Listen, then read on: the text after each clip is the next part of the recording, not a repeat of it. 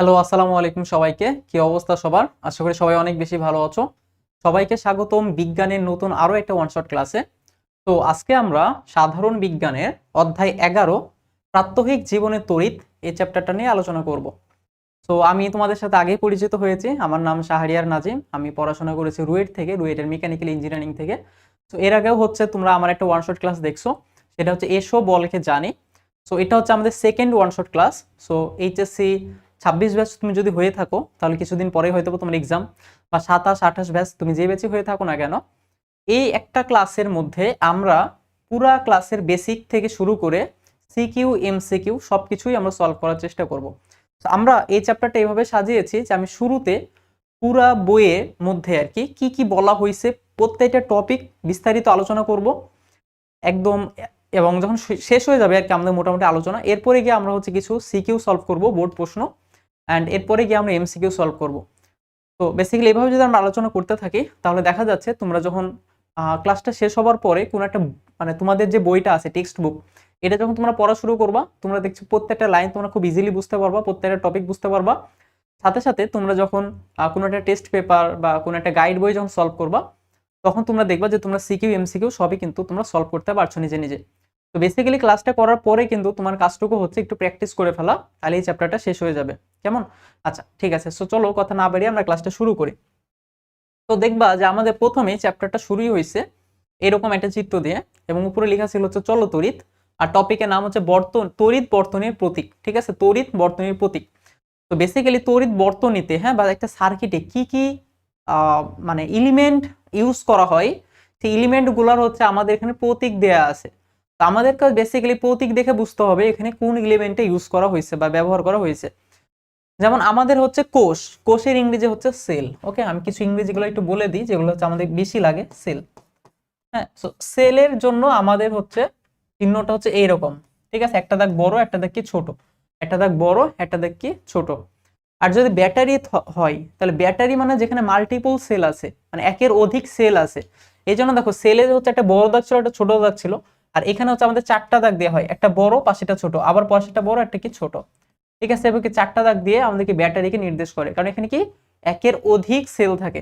ওকে, আচ্ছা এরপর পরিবাহী তার যদি হয় তাহলে সোজা থাকে, আর যদি সংযুক্ত তার থাকে তাহলে এভাবে থাকে, সংযোগহীন তার যদি থাকে তাহলে আমরা হালকা করে এটা উপরে উঠাই দিই। ঠিক আছে, অর্থাৎ আমি মনে করো এখানে একটা তার এখানে একটা তার, এই দুইটা তার পরস্পরকে ছেদ করেছে। ঠিক আছে, তার মানে এখানে কারেন্ট যাওয়ার পরে এই কারেন্টটা আমার এই তারে বা এই তারে কি যাওয়া পসিবল। এটা সংযুক্ত সংযোগ, মানে সংযুক্ত তার আর কি। ঠিক আছে, মানে এই তারের মধ্যে কি আছে, আমাদের সংযোগ আছে। বাট মনে করো যদি এমন হয় যে এই তারটার উপর দিয়ে আরেকটা তার গেছে যেটার উপর দিয়ে গেছে, তো বেসিক্যালি মনে করো নিচে একটা তার আছে আর একটা তার এই সামনে দিয়ে গেছে, মাঝখানে কি তাদের মধ্যে কোনো সংযোগ নাই। একটা তার নিচে গেছে একটা তার এর সামনে গেছে, মাঝখানে সংযোগ নাই। সামনে দিকেও যদি যাই এটা কিভাবে দেখাবো, আমি এভাবে দেখাতে পারি। তো বুঝতে পারছি এই দুইটা তারের মধ্যে কি না কোনো সংযোগ নাই। ঠিক আছে, এটা বলে কি সংযোগহীন তার। ওকে, আচ্ছা তারপর এটা বলে একমুখী সুইচ, এটা কি দ্বিমুখী সুইচের উদাহরণ। ঠিক আছে, একমুখী সুইচ দিয়ে কি আমরা মানে সুইচ দিয়ে বেসিক্যালি কি করা হয়, আমাদের যে সার্কিট এটাকে কমপ্লিট বা ইনকমপ্লিট মানে কমপ্লিট করা হয়। হ্যাঁ, সো বেসিক্যালি আমরা যখন এটাকে মানে সুইচটা যদি অফ করে দেওয়া হয়, অফ করে দেওয়া মানে এটা সার্কিটকে ক্লোজ করে দেওয়া। ঠিক আছে, তার মানে সার্কিট যদি ক্লোজ করে থাকে তাহলে কি বিদ্যুৎ পরিবহন করবে, আর যদি এরকম অন থাকে তাহলে কি আর বিদ্যুৎ পরিবহন করবে না। হ্যাঁ, মানে খোলা থাকে। আচ্ছা তারপর রোধ আছে, স্থির রোধ যদি হয় তাহলে এভাবে আর কি, আর যদি পরিবাহী রোধ হয় তাহলে মাঝখান দিয়ে একটা অ্যারো চিহ্নর মতো থাকে। ঠিক আছে, আচ্ছা তারপর এসি তড়িৎ যদি থাকে, হ্যাঁ এসিটা একটু বলে ফেলি। এসি যদি থাকে তাহলে এভাবে আর কি, হ্যাঁ একটু পাওয়ার চিহ্ন টাইপ, এটা এসি তড়িৎ উৎস। ঠিক আছে, তারপর গ্যালভানোমিটার জি থাকে, অ্যামিটারের এ থাকে, ভোল্টমিটার ভি থাকে, আর ভূ সংযোগ ধারক হ্যাঁ এরকম থাকে, মানে এটা দ্বারা আমরা বুঝে আর্থিং করা হয়েছে বা মানে ভূমির সাথে তাকে লাইন দেওয়া হয়েছে। তো বেসিক্যালি আমরা মোটামুটি সবকিছু বুঝছি। আমরা হয়তো এই কয়েকটা টার্ম একটু বুঝবো না, অনেকে হয়তো জানি না যে গ্যালভানোমিটার কি, অ্যামিটার কি, আর ভোল্টমিটার কি, এই তিনটা নিয়ে একটু আলোচনা করি। প্রথমে এসি তড়িৎ উৎস নিয়ে আলোচনা করি। তো তড়িৎ উৎস মানে যেখান থেকে আমাদের তড়িৎ শক্তি পাওয়া যায়। ঠিক আছে, সো বেসিক্যালি এটা হতে পারে ব্যাটারি, হইতে পারে এটা আমাদের যে বাসাবাড়ির যে মিটার আছে, হ্যাঁ বা এরকম বা জেনারেটর। হ্যাঁ, যেখান থেকে কি তড়িৎ পাওয়া যায় বা তড়িৎ প্রবাহ পাওয়া যায়। তো বেসিক্যালি এসি মানে কি, এসি মানে যেই বিদ্যুৎটা দিক পরিবর্তন করে। আমাদের বাসা বাড়িতে আমরা যে বিদ্যুৎটা ইউজ করি সেটা এসি। আর ব্যাটারি থেকে যেটা পাওয়া যায় সেটা ডিসি। ডিসি মানে ডাইরেক্ট কারেন্ট, যেটা কি দিক পরিবর্তন করে না। আর এসি মানে হচ্ছে অল্টারনেটিং কারেন্ট, যেটা কি দিক পরিবর্তন করে। তো যখন দিক পরিবর্তন করে তখন আমাদের চিহ্নটা এমন হয় আর কি। হ্যাঁ, আর ডিসি হচ্ছে তো খুব ভালো একটা এক্সাম্পল হচ্ছে ব্যাটারি। ব্যাটারি থেকে কি আমরা ডিসি কারেন্ট পাই। ওকে, আচ্ছা গ্যালভানোমিটার কি? গ্যালভানোমিটার হচ্ছে এমন একটা যন্ত্র, দেখো আমি একটা জেনারেল কথা বলি, যখন কোনো একটা জিনিসের নামের সাথে মিটার কথার উল্লেখ থাকবে, মিটার, তখন বুঝবো ওইটা দিয়ে আমি কোনো না কিছু পরিমাপ করব, বা ওইটা একটা যন্ত্র নির্দেশ করছে। হ্যাঁ, তাহলে কোনো কিছুর সাথে যদি মিটার থাকে, কি থাকে, মিটার থাকে, তাহলে বুঝবো ওটা কোনো না কোনো যন্ত্রকে নির্দেশ করে।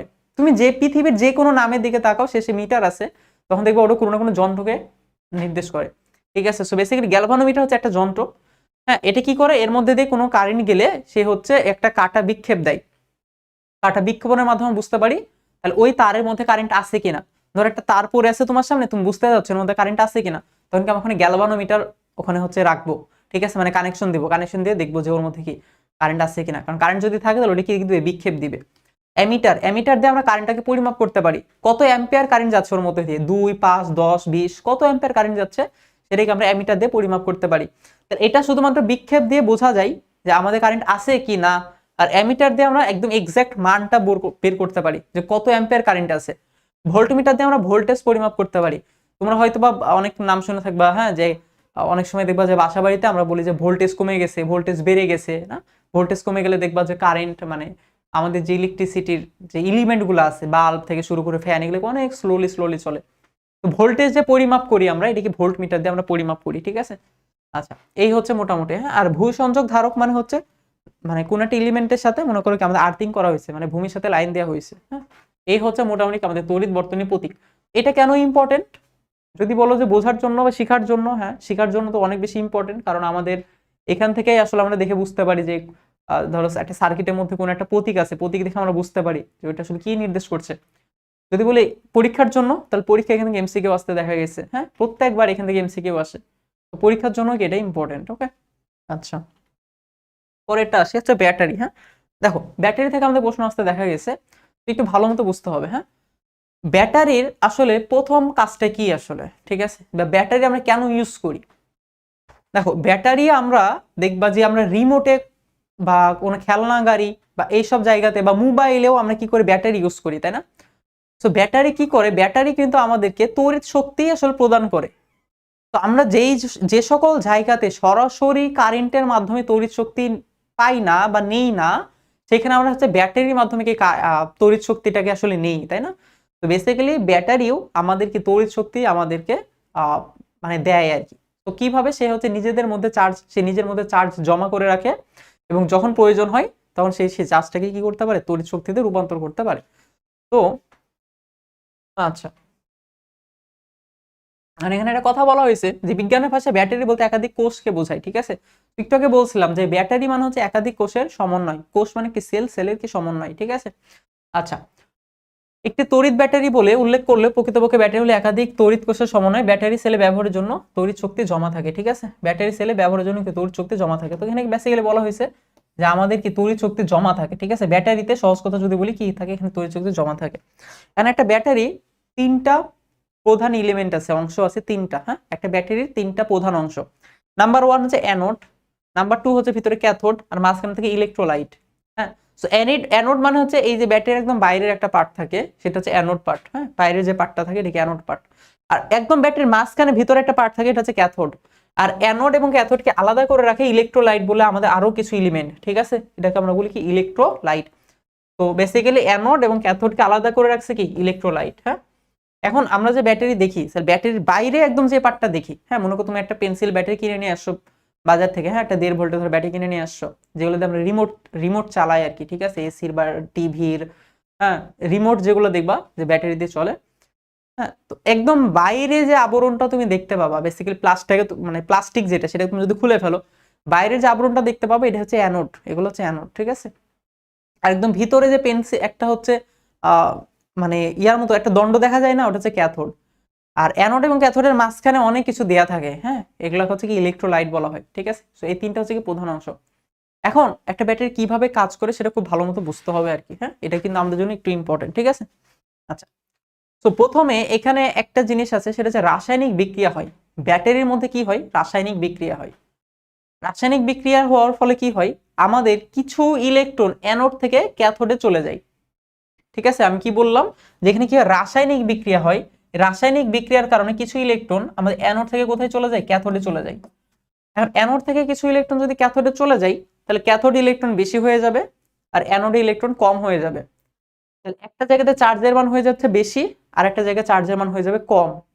এর ফলে তাদের মধ্যে বিভব পার্থক্য তৈরি হবে। কি তৈরি হবে, বিভব পার্থক্য, ভোল্টেজ ডিফারেন্স, ঠিক আছে, বা ভোল্টেজ তৈরি হবে। আর যখনই দুইটা জায়গাতে ভোল্টেজ ডিফারেন্স থাকে বা বিভব পার্থক্য থাকে, আর ওই দুইটাকে যদি আমি একটা পরিবাহী তার দ্বারা কানেক্ট করে দিই, তাহলে সেখানে ইলেকট্রনগুলো চলাচল শুরু করে। ঠিক আছে, অর্থাৎ যেই মুক্ত ইলেকট্রনগুলো থাকবে সেগুলো কি করবে, চলাচল শুরু করবে একটা পরিবাহী তার দ্বারা যদি তাদেরকে কানেক্ট করে দিই। আচ্ছা, সো যেটা বলছিলাম, সো এখানেও কি হচ্ছে, আমাদের আমাদের তাহলে এখানে কিছু ইলেকট্রন চলে যাবে এখানে, না তো এখানে কিছু ইলেকট্রন হয়ে যাবে বেশি আর এখানে কিছু ইলেকট্রন হয়ে যাবে কি কম। এরপরে কি করব, আমরা অ্যানোড এবং ক্যাথোডের মাঝখানে যদি একটা পরিবাহী তার দ্বারা যদি যুক্ত করে দেই, পরিবাহী তার দ্বারা যদি যুক্ত করে দেই, তাহলে দেখা যাবে আমাদের এই যে আমাদের এই ক্যাথোড ইলেকট্রন ছিল বেশি আর এখানে কি হয়ে গেছিল কম। তাহলে যে ক্যাথোড থেকে কিছু ইলেকট্রন আবার কি অ্যানোডে চলে আসবে, ক্যাথোড থেকে কিছু ইলেকট্রন কি আবার অ্যানোডে চলে আসবে।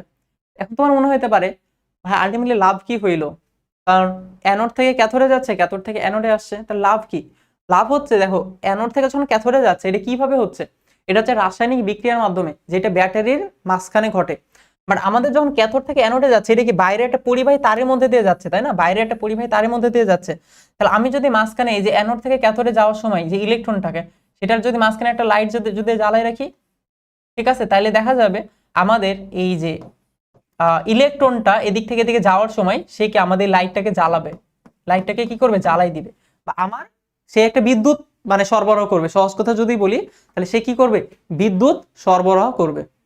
আচ্ছা, সো বেসিক্যালি এখান থেকে আমি হচ্ছে তাহলে এই যে আমাদের যে ইলেকট্রনের যে ফ্লো, ইলেকট্রনের ফ্লো মানে এটাকে আমরা আসলে কারেন্ট হিসেবে পাই, ঠিক আছে, সেই কারেন্টটাকে কি আমরা ইউজ করতে পারি। বাট আরেকটা জিনিস তোমাকে একটু মাথায় রাখা লাগবে, হ্যাঁ, এটা যদি তুমি যদি জেনে না থাকো একটু একটু মানে জেনে রাখো আর কি, আমাদের আমরা ইলেকট্রনের ফ্লো যেই দিকে হয় বা ইলেকট্রনের প্রবাহ যেই দিকে হয়, আমরা বলি তার বিপরীত দিকে কারেন্ট পাওয়া যাচ্ছে। হ্যাঁ, এটা হচ্ছে আমাদের মানে এটা আমরা ধরে নিছি আর কি, কারণ বেসিক্যালি কারেন্ট আসলে কি, এই জিনিসটা আসলে আমরা বলি ইলেকট্রনের প্রবাহ হইলে সেখানে কারেন্ট পাওয়া যায়। বাট ইলেকট্রনের প্রবাহ হয় যেদিকে, আমরা ধরে নিই কারেন্ট পাওয়া যাচ্ছে তার বিপরীত দিকে। ঠিক আছে, কারেন্ট পাওয়া যাচ্ছে কোন দিকে, তার বিপরীত দিকে। তাহলে আমাকে যদি প্রশ্ন করা হয় অ্যানোড এবং ক্যাথোডের মধ্যে যদি আমরা একটা পরিবাহী তার যুক্ত করে দেই, তাহলে ইলেকট্রন কোন দিক থেকে মানে কোন দিক থেকে কোন দিকে প্রবাহিত হবে, অ্যান্সার হচ্ছে ইলেকট্রন প্রবাহিত হবে ক্যাথোড থেকে অ্যানোডে।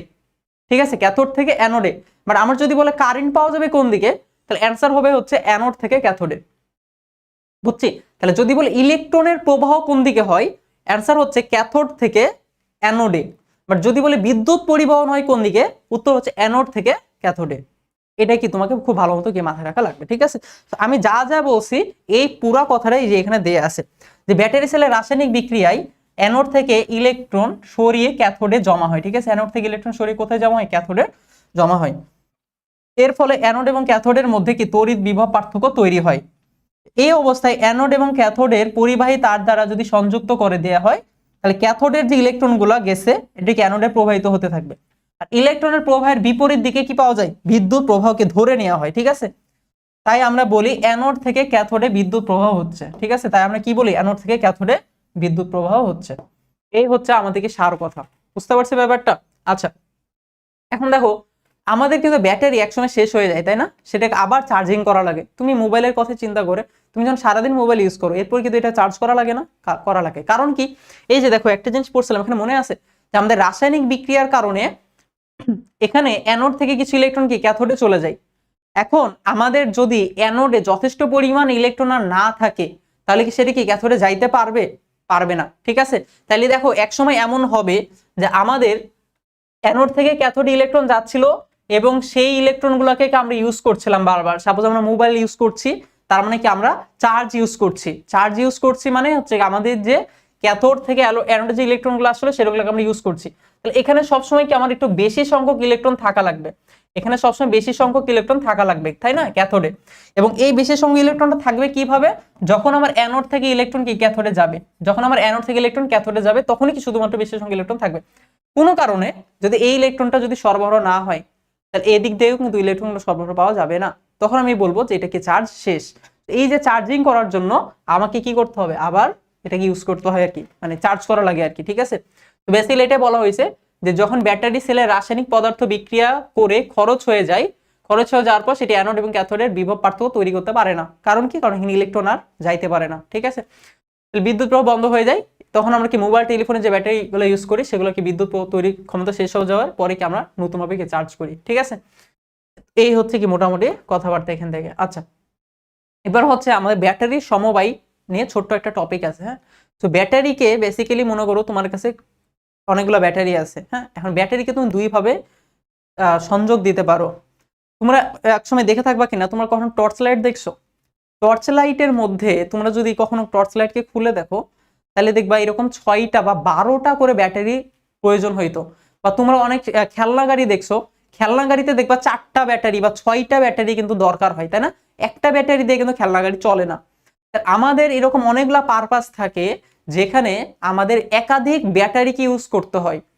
এখন একাধিক ব্যাটারিকে যখন আমরা ইউজ করতে হবে, তখন আমরা দুই ভাবে সেই ব্যাটারিগুলোকে কানেকশন দিতে পারি। একটাকে বলে সিরিজ কানেকশন। ঠিক আছে, সিরিজে ব্যাটারি সেল, হ্যাঁ, মানে সিরিজ কানেকশন। সিরিজ কানেকশন মানে হচ্ছে একটার পরে আরেকটা, একটার পরে আরেকটা যুক্ত করে দেওয়া হয়। তো মনে করো বেসিক্যালি একটা ব্যাটারি যদি 1.5 ভোল্টের হয়, তাহলে একটার পাশে তুমি আরেকটা যখন লাগবা, তখন দুইটা মিলে হবে 3 ভোল্ট। তিনটা মিলে কত হয়ে যাবে তখন? 4.5 ভোল্ট বা 4.5 ভোল্ট হয়ে যাবে। ঠিক আছে, কারণ একটা 1.5 ভোল্ট করে না, দুইটা মিলে কত হবে? 3 ভোল্ট। তিনটা হয়ে যাবে কত? 4.5 ভোল্ট। তো একটার পাশে যখন আরেকটা রাখবো, তখন এভাবে কি যোগ হইতে থাকবে। বাট যদি আমি উপর নিচে করে রাখি, অর্থাৎ মনে করো আমার ব্যাটারিগুলোকে পাশাপাশি রাখছি, ঠিক আছে, উপর নিচে করে রাখছি। হ্যাঁ, তো উপর নিচে বেসিক্যালি কথাটা এমন না, মানে মনে করো আমাদের এইখানে ব্যাটারি কি থাকে, একটা প্লাস মাথা থাকে, একটা মাইনাস মাথা থাকে। ঠিক আছে, একটা প্লাস থাকে, একটা মাইনাস মাথা থাকে। তাহলে মনে করো এই মাথার হচ্ছে প্লাস, এই মাথা হচ্ছে মাইনাস। একটা প্লাস একটা মাইনাস, সেই মাইনাসের সাথে যখন আমরা আরেকটা ব্যাটারির আবার প্লাস মাথাকে কানেকশন দিব, ঠিক আছে, এই মাইনাসের সাথে যখন আমরা আবার আরেকটা ব্যাটারি প্লাস মাথাকে কানেকশন দিব, এটা হয়ে যাবে সিরিজ কানেকশন। এটা হয়ে যাবে কি সিরিজ কানেকশন। ঠিক আছে, আচ্ছা, এখানে একটা এলিমেন্ট আছে, হ্যাঁ, একটা ভোল্ট মিটার আছে, লেটস সে এই যে, তাহলে মাইনাস মাথার সাথে যখন আমরা কি প্লাস মাথার কানেকশনটা দিব, তখন সেটা হয়ে যাবে একেবারে সিরিজ কানেকশন। ওকে, আর যখন প্রত্যেকটা ব্যাটারির প্লাস মাথা মাইনাস মাথা একদিকেই থাকবে, হ্যাঁ, এই যে প্লেট প্লাস মাথা, হ্যাঁ, প্লাস মাথা প্লাস মাথা, এটা কি এটা প্লাস মাথা, এগুলো প্লাস মাথা, আর এগুলো হচ্ছে কি মাইনাস মাথা। তাহলে প্লাস মাথার সাথে প্লাস মাথা, প্লাস মাথার সাথে প্লাস মাথা, মাইনাসের সাথে মাইনাস, মাইনাসের সাথে মাইনাস, এভাবে যখন কানেকশনটা দেয়া হবে, ওকে, এভাবে যখন কানেকশনটা দেয়া হবে, তখন সেটা হবে সমান্তরাল। তখন এটা কি হয়ে যাবে? সমান্তরাল। বুঝলাম ব্যাপারটা? সমান্তরাল। সমান্তরাল হলে খুব ইন্টারেস্টিং একটা জিনিস দেখা যায়। এটা হচ্ছে একটা যদি 1.5 ভোল্ট হয়, দুইটা সমান্তরাল লাগালেও এটা 1.5 ভোল্টই পাওয়া যায়, তিনটা লাগালেও 1.5 ভোল্টই পাওয়া যায়, এবং তুমি যদি 100টা লাগাও তাও তুমি 1.5 ভোল্টই পাবা। তাহলে প্রশ্ন হচ্ছে এখানে কি ব্যাটারির যে ক্ষমতা এটা নষ্ট হয়ে যাচ্ছে? একটা যদি 1.5 ভোল্ট হয়, দুইটা তো 3 ভোল্ট হবার কথা, বাট দুইটা 1.5 ভোল্টই দেখাচ্ছে, তার মানে কি একটার ক্ষমতা নষ্ট হয়ে যাচ্ছে না? উত্তর হচ্ছে এখানে তার মানে একটা 1.5 ভোল্ট, দুইটা আসলে 3 ভোল্টের মতো কাজ করছে না। অর্থাৎ দুইটা মিলেও আমাকে আসলে যে কারেন্টটা দিচ্ছে সেই কারেন্টের পরিমাণ বেশি না, কিন্তু এটাকে অনেক বেশিক্ষণ ধরে কারেন্টটা সাপ্লাই দিবে। বুঝতে পারছো ব্যাপারটা? তার মানে আমি যদি পাশাপাশি লাগাই, তাহলে সেটা পাওয়ার অনেক বেড়ে যাবে, বিদ্যুৎ প্রবাহের যে মান সেটা অনেক বাড়বে। বাট যখন আমি এরকম প্লাসের সাথে প্লাস, মাইনাসের সাথে মাইনাস, এভাবে সিরিজ প্যারালাল কানেকশন দিব বা সমান্তরাল সংযোগ দিব, তখন দেখা যাচ্ছে যে আমাদের মানে আমরা বেশিক্ষণ সময় ধরে আমরা কি বিদ্যুৎটা পাবো। ঠিক আছে, তার মানে এখানে দুইটাই আস্তে আস্তে আস্তে আস্তে খরচ হচ্ছে। ঠিক আছে, দুইটাই খরচ হবে কি খুবই স্লোলি খরচ হবে, তাহলে অনেক বেশিক্ষণ সময় ধরে কি বিদ্যুৎ প্রবাহটা পাওয়া যাবে। এই কথাটাই কি এখানে বলা হয়েছে। ঠিক আছে, এখানে কি বিভবের পার্থক্য হয় না, কিন্তু বেশি বিদ্যুৎ প্রবাহ করতে পারে, কিংবা সার্কিটে বেশিক্ষণ সময় ধরে কি বিদ্যুৎ প্রবাহ করতে পারবে। ঠিক আছে, তার মানে এখানে বেসিক্যালি তুমি পাওয়ার বৃদ্ধি পাচ্ছে না, হ্যাঁ, পাওয়ারটা বেড়ে যাচ্ছে না, বাট এখানে কিন্তু তুমি বেশি টাইম ধরে আসলে বিদ্যুৎ প্রবাহ পাবা। হ্যাঁ, বেশি টাইম ধরে আর কি বেসিক্যালি। হ্যাঁ, আচ্ছা, এটা হচ্ছে কি দুইটা কানেকশন। সো আমাদের এখানে থেকে এমসিকিউ আসে, এটা একটু ভালো মতো মাথায় রেখো। হ্যাঁ, আচ্ছা, আরেকটা হচ্ছে আমাদের এলিমেন্টের কানেকশন। একটা তো আমরা ব্যাটারিকে কানেকশন দিলাম, ব্যাটারিকে আমরা সিরিজেও দিতে পারি, সমান্তরালেও দিতে পারি। ঠিক তেমনি ভাবে আমি মনে করো একটা ব্যাটারিতে একটা বাল্ব জ্বালাইতে যাচ্ছি বা একটা ফ্যান চালাইতে যাচ্ছি, হ্যাঁ, বা আমাদের একটা অন্য একটা এলিমেন্ট আছে যেটা আমি ইউজ করতে চাই ব্যাটারির মাধ্যমে, সেটারও কিন্তু কানেকশন আমরা দিতে পারি দুই ভাবে, একটা হচ্ছে সিরিজে আর একটা হচ্ছে সমান্তরালে। ওকে, সামনে একটা বলি সিরিজ সার্কিট, একটা বলে কি সমান্তরাল সার্কিট। সিরিজ সার্কিট মানে ওই যে আগের মতোই, যে একটা মানে পাশাপাশি পরপর থাকবে আর কি, দুইটা তিনটা এরকম, তাই না? যেমন এখানে একটা আছে, এখানে কি পরপর দুইটা আছে, এখানে কয়টা আছে, পরপর তিনটা আছে, ঠিক না? আর যদি সমান্তরাল হয় তাহলে দেখো এই ব্যাটারির সাথে সবগুলো কি মানে পরপর আকারে আছে, তাইলে আমাদের এখানে যে বাল্বটা আছে তার কাছে মনে হবে সে সরাসরি কি ব্যাটারির সাথে কানেক্টেড। দ্বিতীয় যে বাল্বটা আছে সেটার কাছে কি মনে হবে সে সরাসরি ব্যাটারির সাথে কানেক্টেড। তৃতীয় যে বাল্বটা আছে তার কাছে কি মনে হবে সে সরাসরি ব্যাটারির সাথে কানেক্টেড। চতুর্থটার কাছে কি সেম মনে হবে। বাট এইখানে ব্যাপারটা কিন্তু অন্যরকম। এইখানে যেমন দুইটা আছে দেখো, এই কিন্তু সরাসরি ব্যাটারির সাথে এক মাথা কানেক্টেড, আর এক মাথা কিন্তু এর সাথে কানেক্টেড। এটার এক মাথা এর সাথে, এক মাথা কি এর সাথে। এখানে কি সেম হবে, তাহলে এখানে এলিমেন্ট গুলো দুইটা মাথায় সরাসরি ব্যাটারির সাথে থাকে না, এক মাথা ব্যাটারির সাথে থাকে আর এক মাথা অন্য একটা এলিমেন্টের সাথে থাকে। বুঝছি তো? এরকম যদি হয় তাহলে এটা কি সিরিজ সার্কিট, হ্যাঁ। আর যদি এমন হয় তাহলে এটা কি সমান্তরাল সার্কিট। এই দুইটার মধ্যে সুবিধা আর অসুবিধা আমাকে বুঝতে হবে। এটার মধ্যে সুবিধা কি? এটার মধ্যে সুবিধা হচ্ছে যে তুমি যখন এটা কানেকশনটা একবার দিবা, এখানে ধরো তিনটা বা চারটা পাঁচটা লাইট আছে, তা সবগুলো লাইট একসাথে জ্বলা শুরু করবে। আবার যদি এটা অফ করে দাও, সবগুলো লাইট কি একসাথে অফ হয়ে যাবে। এখন এই জিনিসটা আমরা তাহলে কোথায় ইউজ করব? মনে করো আমরা বৈদ্যুতিক যে তুমি হচ্ছে পোল দেখছো, তাই না? যে রাস্তার পাশে যে লাইট গুলো আছে, অনেক লাইট থাকে, সবগুলো লাইটকে আমার একটা একটা একটা করে দেওয়া পসিবল? এটা কি অনেক সময় সাপেক্ষ ব্যাপার। এসব জায়গাতে আমাদের সিরিজ কানেকশন দেওয়া হয়, যে একটা বাল্ব যদি জ্বালাই তাহলে সবগুলা বাল্বকে একসাথে চলে, ঠিক আছে? তারপর মনে করো হচ্ছে বিয়ে বাড়িতে দেখবো যে আমাদের সাজাই, তাই না? যে বাসা সাজাই, তো বাসা সাজানো হলে যে যে এক ধরনের হচ্ছে বাতি ইউজ করি আমরা, তাই না?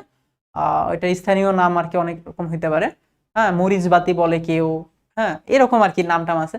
ওই সব বাতিগুলো কি দেখবে একবার সুইচ চাপলে কি সবগুলা বাতি জ্বলা শুরু করে, ছোট ছোট বাতি, তাই না? ওগুলো কি সব আলাদা আলাদা ভাবে জ্বালাবো? অবশ্যই না। এইভাবে এখানে কি সংযোগ দেওয়া হয়েছে, তাইলে সিরিজ সংযোগ দেওয়া হয়েছে। বাট অসুবিধাটি কি? অসুবিধা হচ্ছে ধরো মাঝখানে একটা বাল্ব নষ্ট হয়ে গেছে, এখন এই নষ্ট হওয়ার কারণে যদি সে সার্কিটটা অসম্পূর্ণ হয়ে পড়ে, তাহলে কিন্তু এই কারেন্ট কিন্তু আর এর মধ্যে যাবে না, তার মানে বেসিক্যালি কি তখন আর কারেন্ট প্রবাহিত হবে না। বাট নষ্ট হয়ে যাওয়ার পরে যদি কারেন্ট প্রবাহিত হইতে পারে, তাহলে বেসিক্যালি একটা জ্বলবে না, বাকি দুইটা জ্বলবে।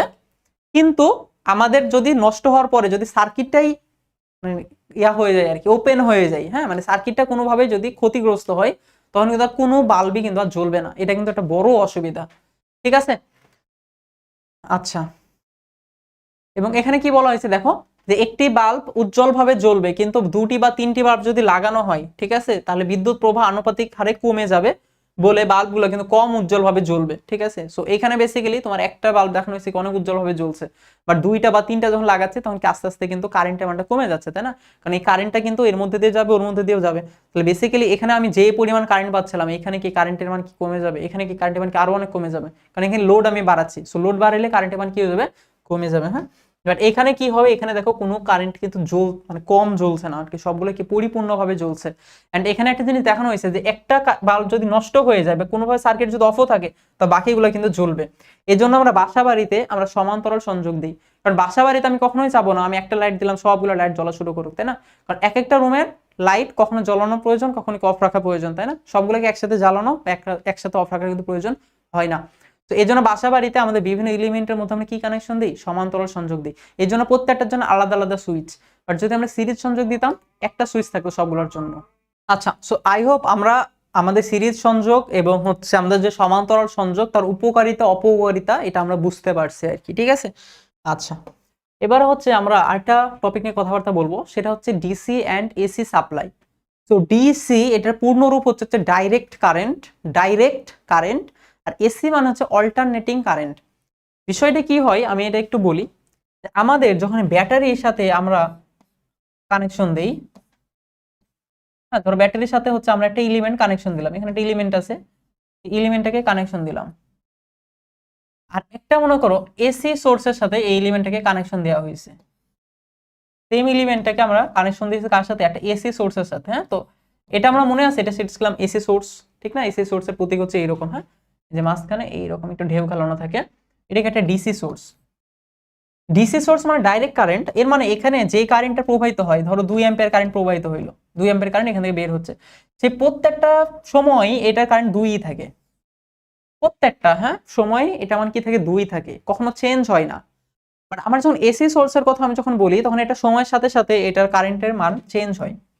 এসি সোর্সের জন্য সময়ের সাথে সাথে কারেন্টের মান কি চেঞ্জ হয়। তো এটা গ্রাফ হচ্ছে এরকম আসে। হ্যাঁ, তোমাদের গ্রাফ এত কিছু লাগবে না, জাস্ট একটু বোঝার জন্য আমি বলছি। হ্যাঁ, মনে করো এখানে যে কারেন্টের মান আই এর মান, আই না বেসিক্যালি ভোল্টেজ আর কি। হ্যাঁ, ভোল্টেজটা চেঞ্জ হয়। সো ভোল্টেজ চেঞ্জ হওয়ার কারণে আমাদের কারেন্ট মান কি হবে, কমে যাবে। হ্যাঁ, সো দেখবে কোথাও হচ্ছে ভোল্টেজ কখনো 0 থাকে, আস্তে আস্তে আস্তে ভোল্টেজ বাড়ে বাড়ে বাড়ে, আবার আস্তে আস্তে কি কমা শুরু করে, কমতে কমতে আবার কি ঋণাত্মক দিকে যায়, আবার বাড়ে আবার কমে, এভাবে কি বাড়তে কমতে থাকে ঢেউ খেলানোর মতো।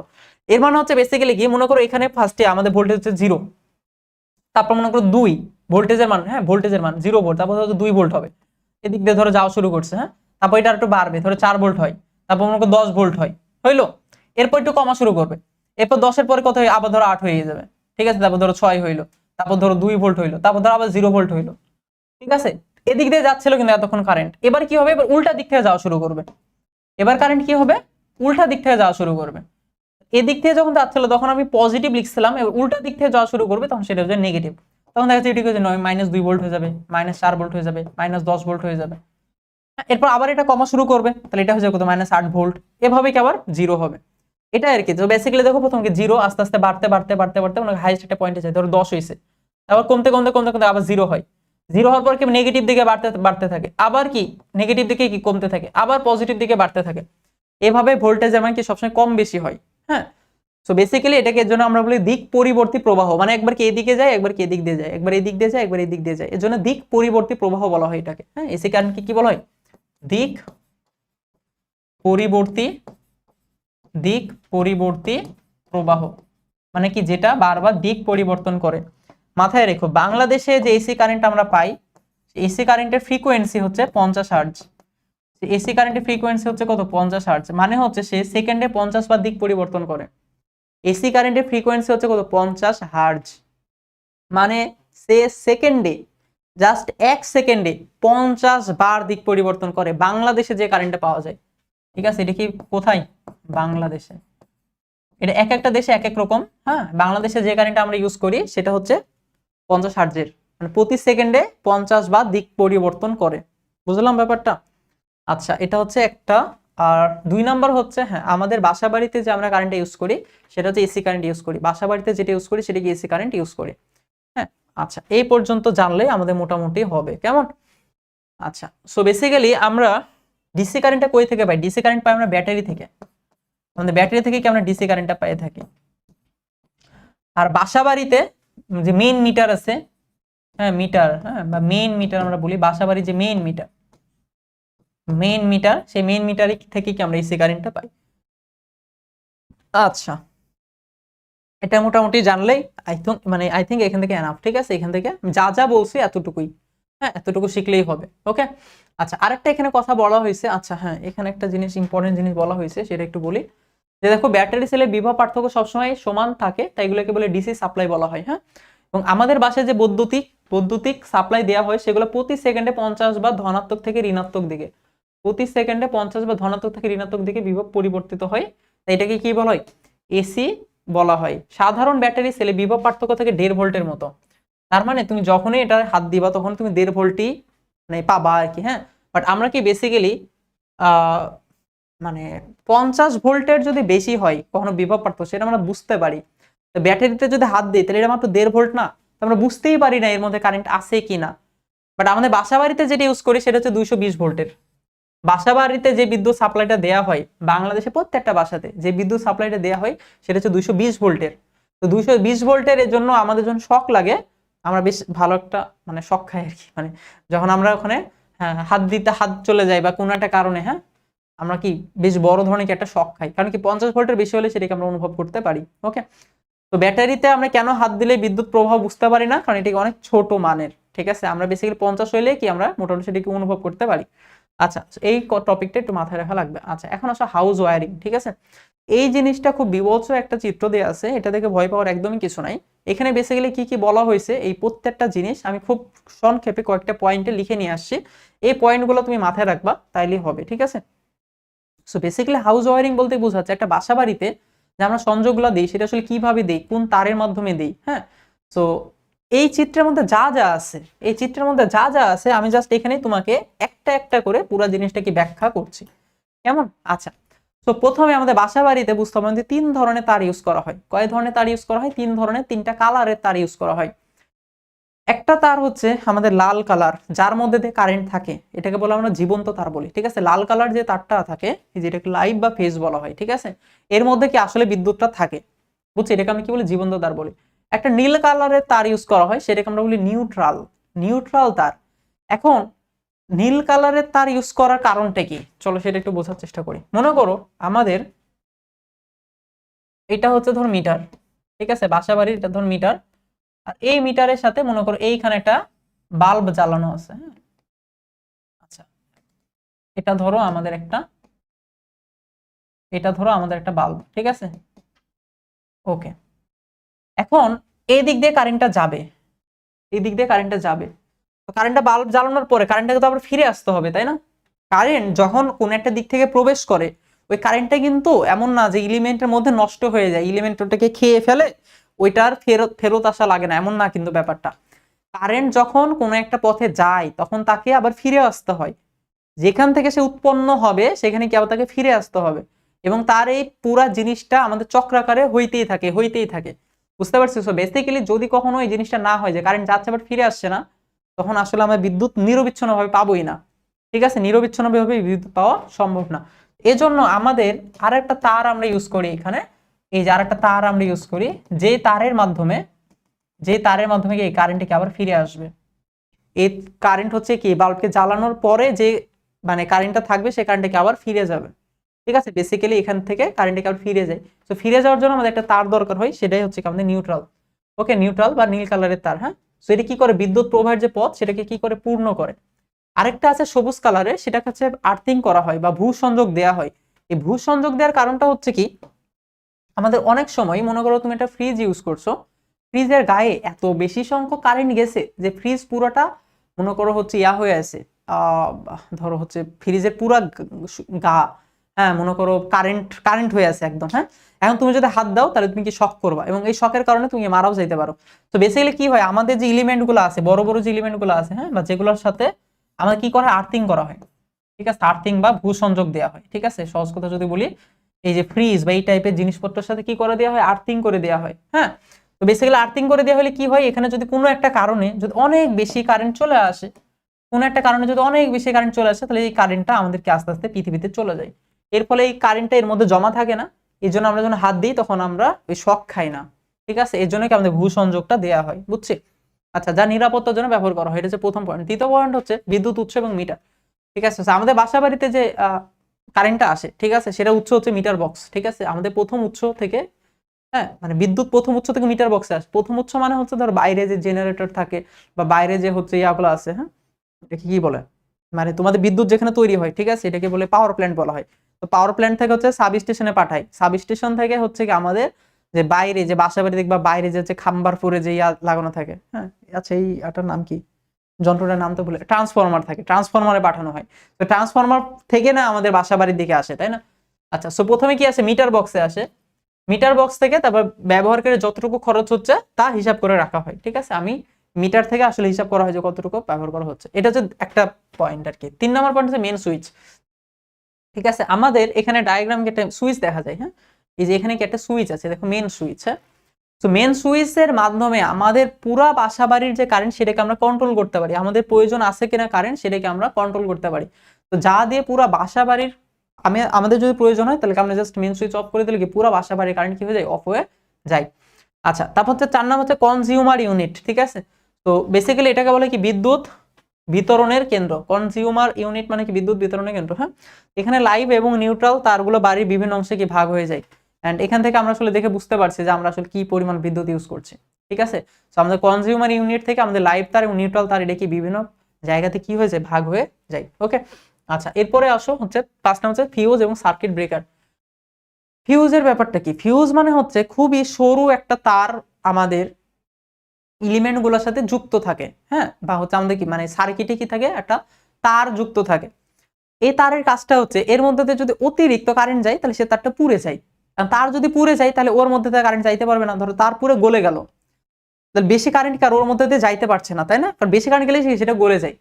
এর ফলে যেটা হবে আমাদের সিকিউরিটিটা বা নিরাপত্তাটা আসলে বজায় থাকবে।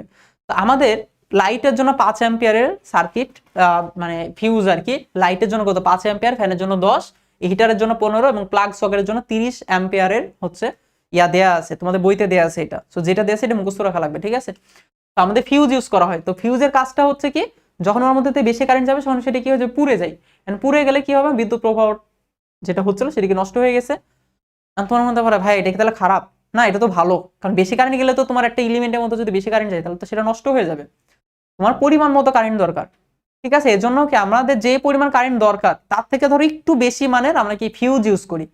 ধরো আমার লাইট জ্বালানোর জন্য 4 অ্যাম্পিয়ার কারেন্ট দরকার, 4 অ্যাম্পিয়ার যদি বেশি হয় তাইলে মনে করো আমাদের লাইট পুড়ে যাবে, তাহলে আমরা কি একটা 5 অ্যাম্পিয়ারের ফিউজ ইউজ করলাম। যদি কখনো 4 এর থেকে বেশি মানে 5 অ্যাম্পিয়ার কারেন্ট হয়ে যায় তখন ফিউজটা কি হয়ে যাবে, গলে যাবে, ফলে কি আমাদের লাইটের মধ্যে কারেন্টটা যাইতে পারবে না। তো আমাদের লাইট কি থাকবে, ভালো থাকবে, ঠিক আছে? এই জন্য সো মাথায় রাখবে লাইটের জন্য কত 5, ফ্যানের জন্য কত 10, তারপর হচ্ছে হিটারের জন্য কত 15, আর প্লাগ সকেটের জন্য কত 20, না 30, হ্যাঁ 30, ঠিক আছে? এটা কিন্তু আমাদের এমসিকিউতে আসে, হ্যাঁ সেগুলো দেখবে এমসিকিউতে কিন্তু আসে, বারবার আসে, এই জন্য এগুলো ভালো মতো লিখে রাখছে আর কি। আচ্ছা 5 নম্বর হচ্ছে সমান্তরাল সংযোগ আর কি। আমরা জানি যে লাইট ফ্যান যা যা আমাদের এলিমেন্ট আছে সবগুলো সমান্তরালে সংযোগ দিতে হবে, যেন আমাদের প্রত্যেকটার জন্য প্রত্যেকটা জিনিসকে আমি আলাদাভাবে অন করতে পারি, আলাদাভাবে অফ করতে পারি। আমি জাস্ট একটা সুইচ চাপলাম সবগুলো একসাথে অন হয়ে গেল, এটাও আমাদের জন্য সমস্যা। একটা সুইচ চাপলে সবগুলো যদি অফ হয়ে যায় এটাও আমাদের জন্য সমস্যা। সবগুলো আমরা আলাদাভাবে অন বা অফ করতে চাই। আচ্ছা, এবং আর্থিং বা ভূসংযোগ, সো আমাদের কি করতে হবে, অবশ্যই আর্থিং করতে হবে, কারণ কোনো যন্ত্রের গায়ে যদি বিদ্যুৎ চলে আসে তাহলে সেই বিদ্যুৎটা যেন কি মাটিতে পাঠিয়ে দেয় এবং মানুষ যেন বড় ধরনের ইলেকট্রিক শক থেকে রক্ষা পায়, এই জন্য কি করা হয়, আর্থিং করা হয়, ঠিক আছে? এই হচ্ছে বেসিক্যালি আমাদের এইখানে দেখানো হয়েছে, হ্যাঁ। তো এটা দেখে অনেক কঠিন মনে হয়, বাট মূল কথাটা হচ্ছে এটা, ঠিক আছে? আমাদের বিদ্যুৎ উৎস থেকে আমাদের বাসাবাড়ি মানে মেন সুইচে মানে ইয়াটা আসে আর কি, মেন সুইচ বলতে মেন মিটারে আসে কারেন্টটা। তো মিটার থেকে আমাদের কি সুইচের মাধ্যমে কারেন্টটা কি কনজিউমার ইউনিটে যায়, কনজিউমার ইউনিট থেকে এটাকে ডিস্ট্রিবিউশন হয় যে কোথায় কতটুকু দরকার, ঠিক আছে? তো আমাদের যে সকেটে দেখো 30 অ্যাম্পিয়ারের হচ্ছে কি একটা ইয়া দেয়া আছে, ফিউজ দেয়া আছে, যে 5 অ্যাম্পিয়ারের ফিউজ দিয়ে হচ্ছে আমাদেরকে লাইটে ফ্যান দেখানো হয়েছে। বাট যখন তোমাদের বইয়ের মধ্যে লেখা আছে যে 5 অ্যাম্পিয়ার হচ্ছে লাইটের জন্য, 10 অ্যাম্পিয়ার হচ্ছে ফ্যানের জন্য, হ্যাঁ। আচ্ছা, তো 15 অ্যাম্পিয়ার দিয়ে যে দেখো কুকার দেখানো হয়েছে বা ইলেকট্রিক হিটার, হ্যাঁ, এগুলো কি 15 অ্যাম্পিয়ার ফিউজ দেওয়া হয়েছে, যেগুলো হচ্ছে ফিউজ, ঠিক আছে? ফিউজ, হ্যাঁ। বেশি কারেন্ট গেলে এটা পুড়ে যাবে, তো এটা পুড়ে গেলে আর কি আমাদের লাইট ফ্যান কেটে যাইতে পারবে না, ঠিক আছে? এই হচ্ছে ব্যাপার স্যাপার, হ্যাঁ। এখানে কি সকেট দেখানো হয়েছে, তো এই সকেট থেকে কি আমরা আবার বিভিন্ন দিকে কি কারেন্ট ইউজ করি, তাই না? আচ্ছা, এই হচ্ছে কি আমাদের ব্যাপার স্যাপার। আচ্ছা, so I hope house wiring এর ব্যাপারটা বুঝতে পারছো। আচ্ছা, এবারে আসা হচ্ছে তড়িৎ বিশ্লেষণ, হ্যাঁ, খুব ইম্পর্টেন্ট আরেকটা টপিক, হ্যাঁ। এখান থেকে প্রশ্ন আসে, আর প্রশ্ন এখান থেকে তিনটা জিনিস আছে, এই তিনটা জিনিস থেকে প্রশ্ন দেখা যায়। এন্ড জিনিসটা এমনি বোঝার জন্য ইম্পর্টেন্ট আর কি, হ্যাঁ, মানে বিজ্ঞান পড়ার জন্য এই জিনিসগুলো বুঝতে শেখা ইম্পর্টেন্ট, হ্যাঁ, শুধুমাত্র পরীক্ষায় ভালো মার্কস পাওয়ার জন্য না। ওকে, সো তড়িৎ বিশ্লেষণ এটা হচ্ছে আমাদের বিজ্ঞানের বা কেমিস্ট্রি বলে একটা সাবজেক্ট আছে, কেমিস্ট্রি খুবই ইম্পর্টেন্ট একটা পার্ট, বা কেমিস্ট্রির অনেক কিছু আসলে এটার সাথে জড়িত, হ্যাঁ। তড়িৎ বিশ্লেষণের ব্যাপারটা আসলে কি, আমাদের কিছু কিছু পদার্থ আছে, পদার্থ বললে ভুল হবে, বেসিক্যালি আমরা দ্রবণ বলতে পারি, কি বলতে পারি, দ্রবণ। এই দ্রবণগুলোর মধ্যে যখন কারেন্ট দেয়া হয়, দেখো আমরা ব্যাটারিতে কি পড়ছিলাম, ব্যাটারিতে পড়ছিলাম যে রাসায়নিক বিক্রিয়ার মাধ্যমে অ্যানোড থেকে ক্যাথোডে ইলেকট্রন চলে যাচ্ছে এবং সেখান থেকে আমি কারেন্ট পাচ্ছি। এটা উল্টা জিনিসটা হচ্ছে, মনে করো আমি কোথাও একটা কারেন্ট দিলাম, এর ফলে আমার কিছু জিনিস আয়নিত হয়ে গেল বা আলাদা আলাদা হয়ে গেল, এটা হচ্ছে তড়িৎ বিশ্লেষণ বলা হয়, ঠিক আছে? সো তড়িৎ বিশ্লেষণ মানে হচ্ছে তড়িৎ প্রবাহের মাধ্যমে আমাদের কোনো একটা দ্রবণের আয়নগুলোকে আলাদা করে ফেলা হয়, আয়নগুলোকে কি করে ফেলা হয়, আলাদা করে ফেলা হয়। কারণ এখান থেকে কিন্তু আমি ইলেকট্রিসিটি পাই না, বরং ইলেকট্রিসিটিকে এখানে ইউজ করা হয়। ব্যাটারির জন্য আমি রাসায়নিক শক্তিকে ইউজ করছিলাম, সেখান থেকে আমি ইলেকট্রিসিটি পাচ্ছিলাম, বাট এখানে ইলেকট্রিসিটিকে ইউজ করা হয়। তো বেসিক্যালি কি করা হয়, আমাদের একটা পাত্রের মধ্যে দ্রবণ নেওয়া হয় এবং পানি নেওয়া হয়, কি নেওয়া হয়, দ্রবণ নেওয়া হয়, যে দ্রবণটা আমি তড়িৎ বিশ্লেষক হিসেবে ইউজ করছি বা যেটার হচ্ছে আয়নকে আমি আলাদা করব সেটা নেওয়া হয়, তার সাথে পানি নেওয়া হয়, ঠিক আছে? পানির সাথে মিলায় আর কি, দ্রবণ তো বানাতে হয় পানির সাথে মিলায়, হ্যাঁ। আচ্ছা, তো পানির সাথে নিলাম, তো এখানে কি করা হয়েছে, কপার সালফেট ইউজ করা হয়েছে, ঠিক আছে? Cu এটা হচ্ছে কপার, আর SO4 হচ্ছে সালফেট আয়ন বোঝায়, হ্যাঁ, কপার সালফেট, এটা বলে কি CuSO4, এটা বলে কপার সালফেট ইউজ করা হয়েছে। তো কপার সালফেট যদি নর্মাল থাকে এভাবে থেকে যাইতো, হ্যাঁ, বাট কি করা হয়েছে দেখো এখানে কি দুইটা পাথ নেওয়া হয়েছে, হ্যাঁ, দুইটা কি নেওয়া হয়েছে, এরকম পাথ নেওয়া হয়েছে বা মনে করো দণ্ড নেওয়া হয়েছে। এই দণ্ডের সাথে আবার কি করেছে, ব্যাটারি কানেকশন দেওয়া হয়েছে। সো মাথায় রেখো ব্যাটারির যে বড় দাগটা থাকে এটা কি প্লাস মাথাকে নির্দেশ করে, আর ছোট দাগটা মাইনাস মাথাকে নির্দেশ করে। তাহলে এই যে দেখো প্লাস মাথার সাথে এই দণ্ডটা কানেক্টেড না, এই জন্য এটা প্লাস, আর মাইনাস মাথার সাথে এই দণ্ডটা কানেক্টেড, এই জন্য এটা হচ্ছে মাইনাস বলা হয়েছে। এটা হচ্ছে প্লাস, এটাকে মাইনাস, বুঝছি? তাহলে এটা হচ্ছে ব্যাটারির জন্য এটা প্লাস মাইনাস হয়েছে, হ্যাঁ, ব্যাটারির প্লাসের সাথে এটা প্লাস, ব্যাটারি মাইনাসের সাথে এটা মাইনাস। আচ্ছা, এটা বুঝলাম তাই না? এখন আমাদের কি হয়, যখন এই যে কানেকশনটা করা হয় তখন এখানে কি ছিল বলতো, কপার সালফেট ছিল না, এটা না ভেঙে যায়। এই যে কপার সালফেট, এটা ভেঙে আয়নিত হয়ে যায়। আয়নিত হওয়ার পরে এটা কপার 2+ আয়ন আর সালফেট 2- আয়নে রূপান্তরিত হয়। এটা হচ্ছে কপার 2+ আর সালফেট 2-, এই দুইটা আয়নে রূপান্তরিত হয়ে যায়, বুঝছি? এখন এটা খুবই স্বাভাবিক। তাহলে এই অংশটুকু হচ্ছে পজিটিভ, এই অংশটুকু হচ্ছে পজিটিভ, এই অংশটুকু হচ্ছে নেগেটিভ। তাহলে পজিটিভ কার দিকে আকর্ষণ অনুভব করে? পজিটিভ আকর্ষণ অনুভব করে হচ্ছে নেগেটিভের দিকে। তাহলে যেই প্রান্তটা নেগেটিভ ছিল পজিটিভটা সেই প্রান্তের দিকে চলে যাবে। এই যে কপার প্লাস প্লাস দেখানো হয়েছে, মানে 2+ দেখানো হয়েছে, হ্যাঁ, প্লাস প্লাস বা 2+, ঠিক আছে, কপার প্লাস প্লাস বা 2+, এটা কোন দিকে চলে যাবে, নেগেটিভ প্রান্তের দিকে যাবে, অর্থাৎ ব্যাটারি যেদিকে ঋণাত্মক আছে, হ্যাঁ, এই যে ঋণাত্মক কপার আচ্ছা ধনাত্মক আর কি, ধনাত্মক কপার আয়নগুলি ঋণাত্মক ক্যাথোডের দিকে যাচ্ছে। এখানে যে ঋণাত্মক প্রান্তটা এটার নাম হচ্ছে ক্যাথোড। এই যে ঋণাত্মক প্রান্তটা কোন দিক, নাম হচ্ছে কি ক্যাথোড, তো ক্যাথোডের দিকে যাবে। আর এই যে সালফেট মাইনাস মাইনাস বা 2-, সে কোন দিকে যাবে, ধনাত্মক দিকে যাবে। যে ধনাত্মক যে প্রান্তটা আছে তার নাম হচ্ছে অ্যানোড, ধনাত্মক প্রান্তটার নাম হচ্ছে কি অ্যানোড। তাহলে সেই কোন দিকে যাবে, অ্যানোডের দিকে যাবে। তো এটা একটু মাথায় রাখা লাগে। এখন গেল, এরপরে কি হয়েছে, এরপরে কি হবে, তো তুমি যেখানে যে দণ্ডটা ইউজ করছিলা সেই দণ্ডের মধ্যে তুমি কি পাবা, কপার 2+ আয়ন পাবা। আর এখানে যে দণ্ডটা ছিল তার মধ্যে তুমি কি পাবা, সালফেট 2- আয়নটা পাবা। তাই তুমি দুইটা আয়নকে আলাদা করে ফেলছো, দুইটা আয়নকে কি করে ফেলছো, আলাদা করে ফেলছো। এখন এটা করার ফলে কি হয় আর কি, বা কি লাভটা পাওয়া যায়, হ্যাঁ। আচ্ছা, সো আমরা যেটা বললাম চলো এটা পুরো জিনিসটা একটু দেখে ফেলি। হ্যাঁ, এখানে দেখো আমাদের পুরো জিনিসটা একটা সামারি লেখা আছে খুব সুন্দরভাবে। তো যখন তড়িৎ বিশ্লেষণ আমরা পড়ছি, সো আমাদের কিছু প্রথম যে জিনিসটা আসবে তড়িৎ বিশ্লেষণ কি, পরীক্ষা আসতে পারে তড়িৎ বিশ্লেষণ কি। অ্যান্সার হচ্ছে কোন তরল বা দ্রবণের মধ্য দিয়ে বিদ্যুৎ প্রবাহিত করে তার অণুগুলোকে ধনাত্মক বা ঋণাত্মক অংশে বিভক্ত করার যে পদ্ধতি সেটা হচ্ছে তড়িৎ বিশ্লেষণ। প্রশ্ন হতে পারে তড়িৎ বিশ্লেষ্য কি, তড়িৎ বিশ্লেষ্য, ঠিক আছে। সো বিশ্লেষ্য হচ্ছে এমন সব পদার্থ, বিশ্লেষণ হচ্ছে একটা প্রক্রিয়া, এটা হচ্ছে একটা প্রসেস, আর এটা হচ্ছে কি এলিমেন্ট মানে পদার্থ, হ্যাঁ, ম্যাটার বা হচ্ছে ম্যাটেরিয়ালস আর কি, ঠিক আছে, এমন সব পদার্থ বা দ্রবণ, ঠিক আছে, যাদেরকে কি করা হয়, তড়িৎ বিশ্লেষ্য করা হয়। তড়িৎ বিশ্লেষ্য করার মাধ্যমে কি করা হয়, আমাদের মানে বিশ্লেষণ করা হয়। তড়িৎ বিশ্লেষণের মাধ্যমে কি দুইটা ভাগে ভাগ করা হয়, যেমন হচ্ছে অ্যাসিড মিশ্রিত পানি বা লবণের দ্রবণ ইত্যাদি ইত্যাদি, ঠিক আছে, আমরা আরো কিছু দেখবো। এবং এটার মাধ্যমে কি করা হয়, বিদ্যুৎ পরিবহনের মাধ্যমে এই জিনিসটা করা হয়, ঠিক আছে। সো আমাদের ধাতব পদার্থের মধ্যে যখন মুক্ত ইলেকট্রন থাকে তখন বিদ্যুৎ পরিবহন করে। আর এখানে বিদ্যুৎ পরিবহন হওয়ার কারণটা কি হয় বলতো, যে তড়িৎ বিশ্লেষণ, ঠিক আছে, দ্রবণে, তড়িৎ বিশ্লেষ্য দ্রবণে বিদ্যুৎ চলে আয়নের প্রবাহের মাধ্যমে, এই জিনিসটা মাথায় রেখো, ঠিক আছে। আচ্ছা, তো ধাতব পরিবাহিতে কি হয়, ধাতব পরিবাহিতে মুক্ত ইলেকট্রনের মাধ্যমে বিদ্যুৎ চলাচল করে, মুক্ত ইলেকট্রনের মাধ্যমে বিদ্যুৎ চলাচল করে। আর তড়িৎ বিশ্লেষ্য দ্রবণে যে বিদ্যুৎ চলাচল করে, তাই না, একটা জায়গা থেকে আরেকটা জায়গাতে বিদ্যুৎটা যায়।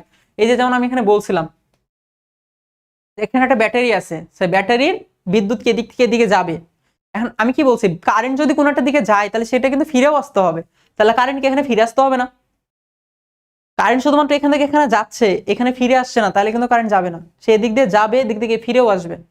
তাহলে কারেন্টের দিক দিয়ে ফিরে আসার কারণ কি, কারণ এই যে আমাদের প্লাস আয়নগুলো সেগুলো কি মুভ করছে, এই প্লাস আয়নগুলো মুভ করার কারণে তাহলে যে তড়িৎ বিশ্লেষ্য যে অণুগুলো আছে, আয়নগুলো আছে, তাদের চলাচলের কারণে কি আমাদের কারেন্টটা কি পাওয়া চাই, ঠিক আছে। আয়ন কি, আয়ন হচ্ছে যখন আমাদের কোনো একটা বস্তুতে তার প্রোটনের থেকে ইলেকট্রন কম থাকে বা বেশি থাকে তখন সেটাকে আমরা বলি আয়ন অবস্থা বলি।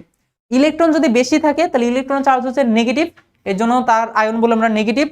আর যদি কম থাকে তাহলে ইলেকট্রন চার্জ হচ্ছে পজিটিভ, ইলেকট্রন চার্জ হচ্ছে নেগেটিভ, তো নেগেটিভটা কম আছে মানে আলটিমেটলি কি হলো, পজিটিভ হলো, ঠিক আছে।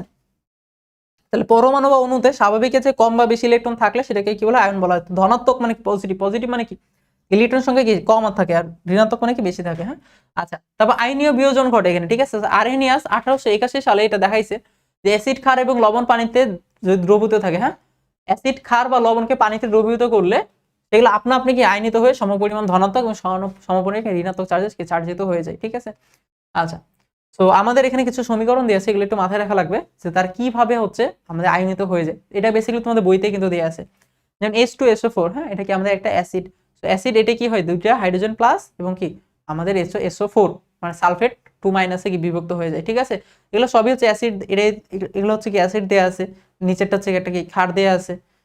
হ্যাঁ, না সরি, হ্যাঁ, তো যদি OH থাকে এটা হচ্ছে ক্ষার বোঝায়, ঠিক আছে। আর এই যে SO4, NO3, SO4, হ্যাঁ, NO3 এগুলো কি অ্যাসিড পানি হয়, হচ্ছে OH থাকলে সেটা কি ক্ষার হয়। হ্যাঁ, আচ্ছা, তো সালফেট আয়ন আর কি। তো কোনটা কিভাবে ভেঙে যায় এই জিনিসটা এখানে দেখানো হয়েছে, এগুলো একটু দেখে নিও, কেমন। আচ্ছা, তারপর হচ্ছে এখানে কি থাকে বলতো, দুইটা তড়িৎ দ্বার থাকে বা দুইটা দণ্ড থাকে, তাই না। ওই যে আমরা কি দেখছি, আমরা দেখছি যে এইখানে দুইটা দণ্ড রাখা হয়েছে, এই দুইটা দণ্ডের নাম হচ্ছে তড়িৎ দ্বার। এই তড়িৎ দ্বারের সাথে কি ব্যাটারি কানেকশন দেওয়া হয়, ফলে কি একটা হয়ে যায় পজিটিভ, একটা কি হয়ে যায় নেগেটিভ হয়ে যায়, কেমন। আচ্ছা, এই যে এখানে লেখা আছে তড়িৎদ্বার। তো দ্রবণে নিমজ্জিত দুইটি পরিবাহী দণ্ডকে তড়িৎদ্বার বলে। ব্যাটের ধনাত্মক প্রান্তের সাথে যুক্তটি হচ্ছে অ্যানোড, আর ঋণাত্মক সাথে যেটা যুক্ত হবে সেটার নাম কি ক্যাথোড, ঠিক আছে। তাহলে ধনাত্মক সাথে যেটা যুক্ত হবে সেটার নাম কি অ্যানোড, আর ঋণাত্মক প্রান্তের সাথে যেটা যুক্ত হয় সেটার নাম হচ্ছে ক্যাথোড, ঠিক আছে। এবং এরপর আমরা জানি যে আমাদের পজিটিভ চার্জগুলো চলে যাবে হচ্ছে ঋণাত্মক আয়ন, ঋণাত্মক দণ্ডের দিকে। ঋণাত্মক দণ্ডের নাম হচ্ছে ক্যাথোড, তাহলে ক্যাথোডের দিকে যাবে পজিটিভ গুলো, আর যেগুলো নেগেটিভ, নেগেটিভ গুলো চলে আসবে কিসের দিকে, অ্যানোডের দিকে। ওকে, তবে আয়নের চলন, ঠিক আছে, আয়ন আছে এগুলো আমরা বুঝছি। তড়িৎ প্রবাহের সৃষ্টি, ঠিক না, তাহলে তড়িৎদ্বারের দিকে আয়নের এই বিপরীতমুখী এবং সুশৃঙ্খল প্রবাহের কারণে কি দ্রবণের ভিতর দিকে তড়িৎ প্রবাহিত হয়। আচ্ছা, তো এটা আমরা বুঝছি। আমাদের জন্য ইম্পর্টেন্ট হচ্ছে এই অংশটুকু, ঠিক আছে, যে তড়িৎ বিশ্লেষণ আমরা বুঝলাম। হ্যাঁ, চলো চলো একটু একটা সাম আপ করি। হ্যাঁ, সাম আপটা হচ্ছে এমন হবে, তাহলে মনে করো আমাদের কাছে একটা পাত্র আছে। হ্যাঁ, এই পাত্রের মধ্যে আমরা কোনো একটা দ্রবণকে নিয়ে এসে রাখছি, একটা দ্রবণকে নিয়ে এসে রাখলাম। এই দ্রবণটা হচ্ছে আমাদের লেটস সে H2SO4 এর দ্রবণ, H2SO4 এর দ্রবণ। এখন এই দ্রবণের মধ্যে যখন এটাকে নিয়ে এসে রাখছি, এরপর আমি কি করব, এইখানে এই দ্রবণে নিয়ে এসে রাখলাম, তাই না। তারপর এখানে কি দুইটা দণ্ড আমাদের লাগবে, একটা এরকম কি দুইটা দণ্ড নিয়ে এসে রাখা লাগে, ঠিক আছে। এটাকে আমরা আরো মোটা চাইলে বানাইতে পারি। হ্যাঁ, এইরকম একটা, এইরকম একটা দুইটা কি আছে আমাদের, দুইটা দণ্ড আছে আর কি, ঠিক আছে। এই দণ্ডের সাথে আমাদের কি ব্যাটারি কানেকশন দেওয়া হবে, ব্যাটারি কানেকশন দেওয়া হবে। তাহলে ব্যাটারির এই মাথা হচ্ছে পজিটিভ, এই মাথা হচ্ছে নেগেটিভ। ওকে, ব্যাটারির এক মাথা হচ্ছে কি পজিটিভ, আর এক মাথা হচ্ছে নেগেটিভ। তো যে মাথাটা ব্যাটারি পজিটিভ এই দণ্ডটাও হয়ে যাবে পজিটিভ, এটা নেগেটিভ, এটা কি দণ্ড হয়ে যাবে নেগেটিভ। এই যে পজিটিভ এই দণ্ডের নাম হয়ে যাবে কি অ্যানোড, পজিটিভ দণ্ডের নাম হয়ে যাবে হচ্ছে অ্যানোড, নেগেটিভ দণ্ডের নাম হয়ে যাবে হচ্ছে ক্যাথোড, নেগেটিভ দণ্ডের নাম হয়ে যাবে কি ক্যাথোড। আর আমাদের যে দ্রবণটা ছিল H2SO4, সেটা এই যে বিদ্যুৎ পরিবহন করার কারণে এটা কি ভেঙে যাবে, সেটা কিভাবে ভেঙে যাবে, এটা হচ্ছে H ion, hydrogen ion plus sulphate আয়নে ভেঙে যাবে, সালফেট 2 মাইনাস। সমতা করার জন্য এখানে কি 2 দেওয়া লাগে, হ্যাঁ, সমতা করার জন্য এখানে কি দেওয়া লাগে, 2 দেওয়া লাগে। তার মানে এখানে তুমি বেসিক্যালি দুই ধরনের আয়ন দেখতে পাবা, একটা হচ্ছে হাইড্রোজেন প্লাস আয়ন, আর একটা হচ্ছে সালফেট 2 মাইনাস আয়ন, ঠিক আছে। সালফেট 2 মাইনাস আয়ন আর কি হাইড্রোজেন প্লাস আয়ন, খুব স্বাভাবিক, প্লাসটাও চলে যাবে মাইনাসের দিকে, মাইনাসটা চলে যাবে কি প্লাসের দিকে, তাহলে এই এদিকে মুভ করা শুরু করবে, আর এই এদিকে কি মুভ করা শুরু করবে। আস্তে আস্তে এখান থেকে দ্রবণ থেকে আস্তে আস্তে এই জিনিসটা আস্তে আস্তে কমে যাবে, আর এই জায়গা থেকে কি হয়ে যাবে, আস্তে আস্তে যুক্ত হতে থাকবে। এই কথাটাই আমাদের বলা হয়েছে, ঠিক আছে। ওকে, এখন এটা গুরুত্ব কি, দেখো আমাদের তড়িৎ প্রলোভ তিনটা কাজ আমরা এখান থেকে করতে পারি বেসিক্যালি। একটা হচ্ছে কি তড়িৎ প্রলেপন, একটা হচ্ছে তড়িৎ মুদ্রণ, আর একটা হচ্ছে আমাদের ধাতব নিষ্কাশন আর কি, ঠিক আছে, বা বিশুদ্ধকরণ, হ্যাঁ, শোধন আর কি, ঠিক আছে। আচ্ছা, সো তড়িৎ প্রলেপন, এটার ইংরেজি হচ্ছে ইলেকট্রোপ্লেটিং বলা হয় এটাকে। তড়িৎ প্রলেপনের মাধ্যমে কি করা হয়, নরমালি মনে করো একটা হচ্ছে কম দামি ধাতুর উপরে একটা আমি দামি ধাতুর প্রলেপ দিতে চাচ্ছি, ধরো বাজারে স্বর্ণের অনেক দাম, রূপার দাম তুলনামূলকভাবে কম, তাহলে মনে করো রূপার আমি একটা গহনা বানাইলাম, তাহলে পুরা কাজটা হচ্ছে রূপার, বাট উপরের দিকে আমি একটা সোনার প্রলেপ দিতে চাচ্ছি যেন এটা বাইরে থেকে দেখে মনে হয় এটা সোনার, তাহলে মনে করো নিজের কাছে একটু ভালো লাগবে, ঠিক আছে, ধরো আর কি। হ্যাঁ, বা মনে করো এই যে ধাতুগুলো এগুলো দামি কেন, কারণ এগুলা কিন্তু টিকসই বেশি, বা এগুলা মনে করো যে বাইরের মানে আবহাওয়ার সাথে রিয়াকশন করে না, এটা নষ্ট হয় না। তো তুমি মনে করো নিরাপত্তার জন্যই হোক বা সিকিউরিটির জন্য তুমি জাস্ট মনে একটা প্রলেপন দিতে যাচ্ছ। এই যে প্রলেপন দেওয়ার যে পদ্ধতি এটাকে বলা হয় তড়িৎ প্রলেপন বলা হয়। হ্যাঁ, সো আমরা বিভিন্ন চামচেও দেখবা যে আগে যে রূপার চামচ পাওয়া যাইতো, তাই না, দা হচ্ছে যে মনে করো যে সোনার চামচ বলে অনেকে। মনে করো তুমি মনে করো তোমার সন্তানকে সোনার চামচ দিয়ে খাওয়াবা, ঠিক আছে, তোমার খুব ইচ্ছা, তোমার কাছে টাকা নেই, তুমি কি করবা, সোনার তো তুমি পুরো চামচটা বানাইতে পারছো না, তাহলে তুমি কি করবা, একটা চামচ তুমি বানাবা নর্মাল একটা কিছুর, তারপর ওটা কি প্রলেপ দিয়ে দিবা সোনার, তাহলে দেখে মনে হবে কি এটা সোনার চামচ, ঠিক না। আচ্ছা, তো বেসিক্যালি এই কাজটা এখানে করা হয়, এটাকে বলে কি তড়িৎ প্রলেপন বলা হয়। তো আমরা বেসিক ব্যাপারটা বুঝছি, তাইলে যেটা হচ্ছে কি আমরা প্রলেপ দিব সেটা দ্রবণ আমার নিজে এখানে রাখা লাগবে, এরপরে কি তড়িৎ বিশ্লেষণ করলে কি দুইটা কি দুই দিকে চলে যাবে না।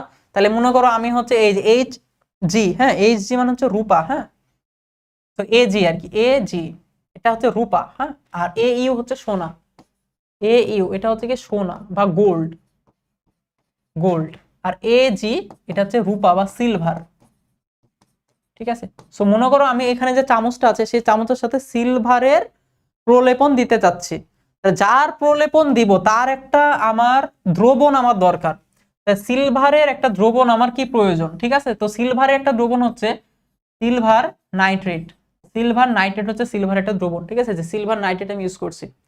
ওকে, এখন মনে করো আমি আমি কি জানি যে সিলভারের আমি দ্রবণটা দিচ্ছি, তাহলে যে এটা যখন ভেঙে যাবে তখন সিলভার হয়ে যাবে পজিটিভ, সিলভার হয়ে যাবে পজিটিভ, আর নাইট্রেট হয়ে যাবে নেগেটিভ। তাহলে আমি চাচ্ছি এই জিনিসটাকে, এই জিনিসটা হবে পজিটিভ, তাহলে আমি যার উপরে প্রলেপন দিব তারে কি নেগেটিভ প্রান্তে নিয়ে এসে রাখা লাগবে, তাহলে আমি জানি এইটা কোন দিকে মুভ করবে, এই নেগেটিভ দিকে মুভ করবে, তাই না। যার প্রলেপন দিব তার আমি কি ব্যাটারির নেগেটিভ প্রান্তের সাথে যুক্ত করে দিব, তাহলে অটোমেটিক্যালি এই কি হবে আমাদের ওই যে ব্যাটারি মানে নেগেটিভ প্রান্তের সাথে যুক্ত করে দিলে এটি কি আমাদের এদিকে কি মুভ করবে, এর গায়ে গিয়ে লেগে যাবে, বুঝতে পারছি, এর গায়ে কি আস্তে আস্তে আস্তে আস্তে লেগে যাবে, বুঝলাম। তাহলে এভাবে কি আমরা তড়িৎ প্রলেপন দিতে পারি, হ্যাঁ, এটা হচ্ছে পদ্ধতি, এগুলো কিন্তু পরীক্ষাতে আসে। আর আমাদের এখানে এই জিনিসটা আসে, এটা এটা দরকার নাই, ঠিক আছে, আমার কি সিলভারটা ওইদিকে কি চলে যাবে। হ্যাঁ, এজন্য আমাদের বলা হয় যে মনে করো আমি যার প্রলেপন দিতে চাচ্ছি সেটাকে ব্যাটারির নেগেটিভ প্রান্তের সাথে দিতে হবে, নেগেটিভ প্রান্তের সাথে কি যুক্ত করে দিতে হয়, ক্যাথোডের সাথে কি করে দিতে হয়, যুক্ত করে দিতে হয়। হ্যাঁ, এই যে দেখো এখানে চারটা পয়েন্টে খুব সুন্দরভাবে পুরো জিনিসটা খুব মানে সুন্দরভাবে ইজিলি ব্যাখ্যা করা হয়েছে। মূল উদ্দেশ্য কি, আমাদের তড়িৎ প্রলেপনের মূল উদ্দেশ্যটা কি, মূল উদ্দেশ্য হচ্ছে আমাদের অপেক্ষাকৃত কম দামি ধাতুর উপরে আকর্ষণীয় ধাতুর একটা প্রলেপ দিতে যাচ্ছে, এটা হচ্ছে আমার উদ্দেশ্য। 2 নম্বর হচ্ছে ক্যাথোড প্রলেপ, ঠিক আছে, ক্যাথোড মানে কি প্রলেপ গ্রহীতা, মানে যে প্রলেপটা গ্রহণ করবে, তাহলে যে যার উপরে আমি প্রলেপটা দিতে চাচ্ছি তারে আমার ক্যাথোডে লাগাইতে হবে, কারণ আমার ওই ধাতুটা ক্যাথোডের দিকে চলে আসবে, কারণ ধাতু সবসময় পজিটিভ হয়, ধাতুরা সবসময় ইলেকট্রন দান করে পজিটিভ হয় এবং সে নেগেটিভ দিকে চলে আসবে। এজন্য যার উপরে প্রলেপটা আমি দিব সেটা চামচ হইতে পারে বা অন্য যে কোনো কিছু হইতে পারে, সেটা আমরা ক্যাথোডের সাথে যুক্ত করে দিব, আর অ্যানোডের সাথে আমাদের যুক্ত থাকবে আরেকটা কিছু, ঠিক আছে, এটা এটা বিষয় না আর কি। হ্যাঁ, বা এই যে এখানে আরেকটা বিষয় আছে যে তুমি চাইলে এইখানে যে দণ্ডটা রাখছো এই দণ্ডটাও তুমি চাইলে হচ্ছে সিলভার দণ্ডে রাখতে পারো, এটা এটা যদি সিলভার দণ্ডে রাখো না তাহলে সেটাও কিন্তু আস্তে আস্তে আস্তে আস্তে এদিকে চলে যাবে, মানে এখান থেকে ক্ষয় হয়ে ক্ষয়ে ক্ষয়ে ওইদিকে চলে যাবে, মানে তুমি চাইলে তো একটা দ্রবণ রাখতে পারো, তুমি চাইলে ওই দণ্ডটাকেও ওইটা রাখতে পারো, ঠিক আছে। এখানে একটা কথা বলা হয়েছে, হ্যাঁ, যে যে ধাতুর প্রলেপ দিতে হবে তাকে ধনাত্মক প্রান্ত বা অ্যানোড হিসেবে ব্যবহার করা হয় এবং ওই ধাতুরই একটা লবণের দ্রবণকে তড়িৎ বিশ্লেষ্য হিসেবে ব্যবহার করা হয়, ঠিক আছে। আচ্ছা, ওকে, তাহলে যে ধাতুর প্রলেপ দিতে হবে সেই ধাতুটাকে কিন্তু এখানে ইউজ করা হয়েছে। হ্যাঁ, এখানে আমরা বলা হয়েছে কি এখানে কি ওই ধাতুটা কি ধাতুর একটা দণ্ডকে ইউজ করা হয়, আর তার একটা লবণ বা দ্রবণকে কি আমার এই মাধ্যমে কি রাখা হয়। এর ফলে কি হয়, এর ফলে আমাদের এইটা যখন বিশ্লেষ্য হওয়ার পরে এদিকে মুভ করে, তো বেসিক্যালি এখান থেকে কি কমে যাচ্ছে না, তড়িৎ বিশ্লেষ্য হওয়ার পরে এটা মনে করো সিলভার আয়ন আর নাইট্রেট আয়নে রূপান্তরিত হয়ে যাচ্ছে, ভেঙে যাচ্ছে, বারবার ভেঙে যাচ্ছে। এখান থেকে এটা পরিমাণ আস্তে আস্তে কমে যাচ্ছে না, তো এটা পরিমাণ যেন না কমে এই জন্য আমি এই দণ্ডটাকে এটা কি যদি রাখি, অর্থাৎ সিলভারে যদি দণ্ড নিই, এই যে সিলভারের দণ্ড কিন্তু কি আস্তে আস্তে আস্তে ক্ষয়ে ক্ষয়ে ক্ষয়ে ক্ষয়ে কি এই দ্রবণে চলে যাবে। সিলভারের দণ্ড থেকে কি সিলভার আস্তে আস্তে ক্ষয়ে ক্ষয়ে ক্ষয়ে ক্ষয়ে আমাদের ইয়াতে চলে যাবে, দ্রবণে চলে যাবে। ঠিক আছে, সো দ্রবণে যদি চলে যায় তাহলে এটা পরিমাণ কি হবে না, কমবে না, এটা পরিমাণটা কি হবে না, কমবে না। বুঝতে পারছি? এন্ড আরো আরেকটা কাজ হবে, সেটা হচ্ছে আমাদের এই যে নাইট্রেট আয়নটা, এই যে নাইট্রেট আয়নটা সেটাও কিন্তু কি আবার এসে সিলভারের সাথে কি হয়ে যাবে, যুক্ত হয়ে যাবে, সিলভারের সাথে এসে কি হয়ে যাবে, যুক্ত হয়ে যাবে। বুঝতে পারছি ব্যাপারটা? তাহলে এখানে এই জন্য সেটা কি করা হয়েছে, অ্যানোডে রাখা হয়। ঠিক আছে, সেটা মাথায় রেখো, যে ধাতুর প্রলেপ দেওয়া হবে তাকে ধনাত্মক প্রান্ত বা অ্যানোডে রাখা হবে, এবং ওই ধাতুরই একটি লবণের দ্রবণকে তড়িৎ বিশ্লেষণ হিসেবে কি করা হবে, ব্যবহার করা হবে। ঠিক আছে, আর প্রক্রিয়া কি, প্রক্রিয়া খুবই সিম্পল, ব্যাটারি কানেকশন দেওয়া হবে, ব্যাটারি কানেকশন দেওয়া হলে আমাদের একটা ক্যাথোড হবে, একটা অ্যানোড হবে, ক্যাথোডের দিকে ধাতুর আয়নগুলো চলে যাবে, অ্যানোডের দিকে কি আমাদের আরেকটা যে আয়ন আছে সেটা কি চলে আসবে। ঠিক আছে, আচ্ছা, তো এটার মাধ্যমে আমাদের কি খুব সুন্দরভাবে আমরা বেসিক্যালি একটা আস্তরণ দিতে পারি বা প্রলেপ দিতে পারি। এগুলো যদি আসে, এই কথাবার্তাগুলো সুন্দরভাবে লিখে আসলে কিন্তু তুমি ফুল মার্কস পাবা, এই জন্য কিন্তু আমি বেসিক্যালি লিখে নিয়ে আসছি। হ্যাঁ, অনেক সময় থাকে আমরা ব্যাপারগুলো বুঝি বাট কিভাবে লিখবো সেটা বুঝি না, এগুলো সুন্দরভাবে লাইন বাই লাইন লিখে ফেলবা, হ্যাঁ তাইলেই হবে। আচ্ছা, পরের যে টপিকটা আছে সেটা হচ্ছে তড়িৎ মুদ্রণ। বেসিক্যালি তোমরা হয়তো অনেক সময় খেয়াল করে দেখবা যে আমাদের চামচের গায়ে, চামচই বারবার আসে, ওদের এক্সাম্পলটা দেখছি তাই, চামচ না, ধর একটা রিং এর গায়ে একটা অক্ষর লেখা আছে, কারো নাম নাম হইতে পারে, হ্যাঁ, বা মনে করো অনেকে হচ্ছে লকেট বা বিভিন্ন জায়গাতে কিন্তু নিজেদের নাম লিখে রাখতো, তাই না, বা নামের একটা অক্ষর লিখে রাখে। তো এই যে কাজগুলো করা হয়, হ্যাঁ, যে বিভিন্ন হরফ বা ব্লক যে মডেল তৈরি করা হয়, হ্যাঁ, এটাকে বলা হয় তড়িৎ মুদ্রণ, এটাকে বলা হয় কি তড়িৎ মুদ্রণ। এই তড়িৎ মুদ্রণের মাধ্যমে আমাদের কি, হ্যাঁ, যে এই যে তড়িৎ প্রলেপন পদ্ধতি ব্যবহার করে মুদ্রণের জন্য হরফ বা ব্লকের মডেল তৈরি করাটাই হচ্ছে কি আমাদের তড়িৎ মুদ্রণ। ঠিক আছে, তো এটাই হচ্ছে আমাদের উদ্দেশ্য। হ্যাঁ, তো আমরা বেসিক্যালি তড়িৎ প্রলেপন কি ইউজ করব, এবং তড়িৎ প্রলেপন ইউজ করার মাধ্যমে আমরা বিভিন্ন হরফ বা ব্লকের কি আমরা মডেল তৈরি করি। হ্যাঁ, এটা তো মনে করো প্রথমে কি করা হবে, প্রথম প্রক্রিয়াটা হচ্ছে প্রথমে যেই লেখাটাকে, আচ্ছা, সো যেটা বলছিলাম আর কি, এটা আমি কিভাবে করব, হ্যাঁ চলো আমি এটা মুখে না বলে আমি তোমাকে একটু দেখাই দিই, তোমার জন্য আরো বোঝা ইজি হবে। হ্যাঁ, তো প্রথমে মনে করো আমি একটা হরফ লিখতে চাচ্ছি, আমি একটা অক্ষর লিখতে চাচ্ছি, এই অক্ষরটাকে একটা মোমের আর কি, হ্যাঁ, ছাপে আর কি ইয়া করা হয়। হ্যাঁ, মনে করো আমি যেটা লিখতে চাচ্ছি সেটা হচ্ছে আমার নাম লিখতে চাচ্ছি, আমার নাম হচ্ছে নাজিম। ঠিক আছে, সো তুমি হচ্ছে মোম দিয়ে তুমি এই লেখাটা লিখে নিবা ফার্স্টে। ঠিক আছে, মোম দিয়ে তুমি নাজিম, তুমি লিখবা না, বেসিক্যালি মনে করো আমি লিখলাম আর কি, হ্যাঁ নাজিম লিখলাম। এখন মোম হচ্ছে বিদ্যুৎ অপরিবাহী, তো সে হচ্ছে কোনো আয়নকে না সে আকর্ষণ করতে পারে না।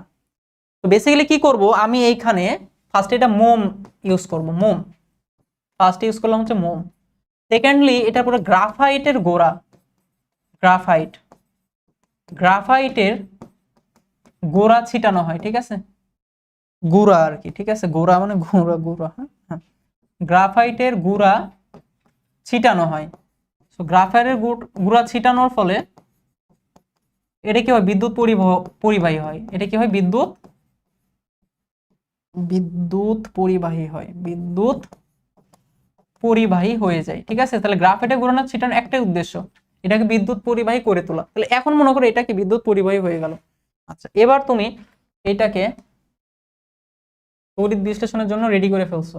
এই যে এইদিকে তোমার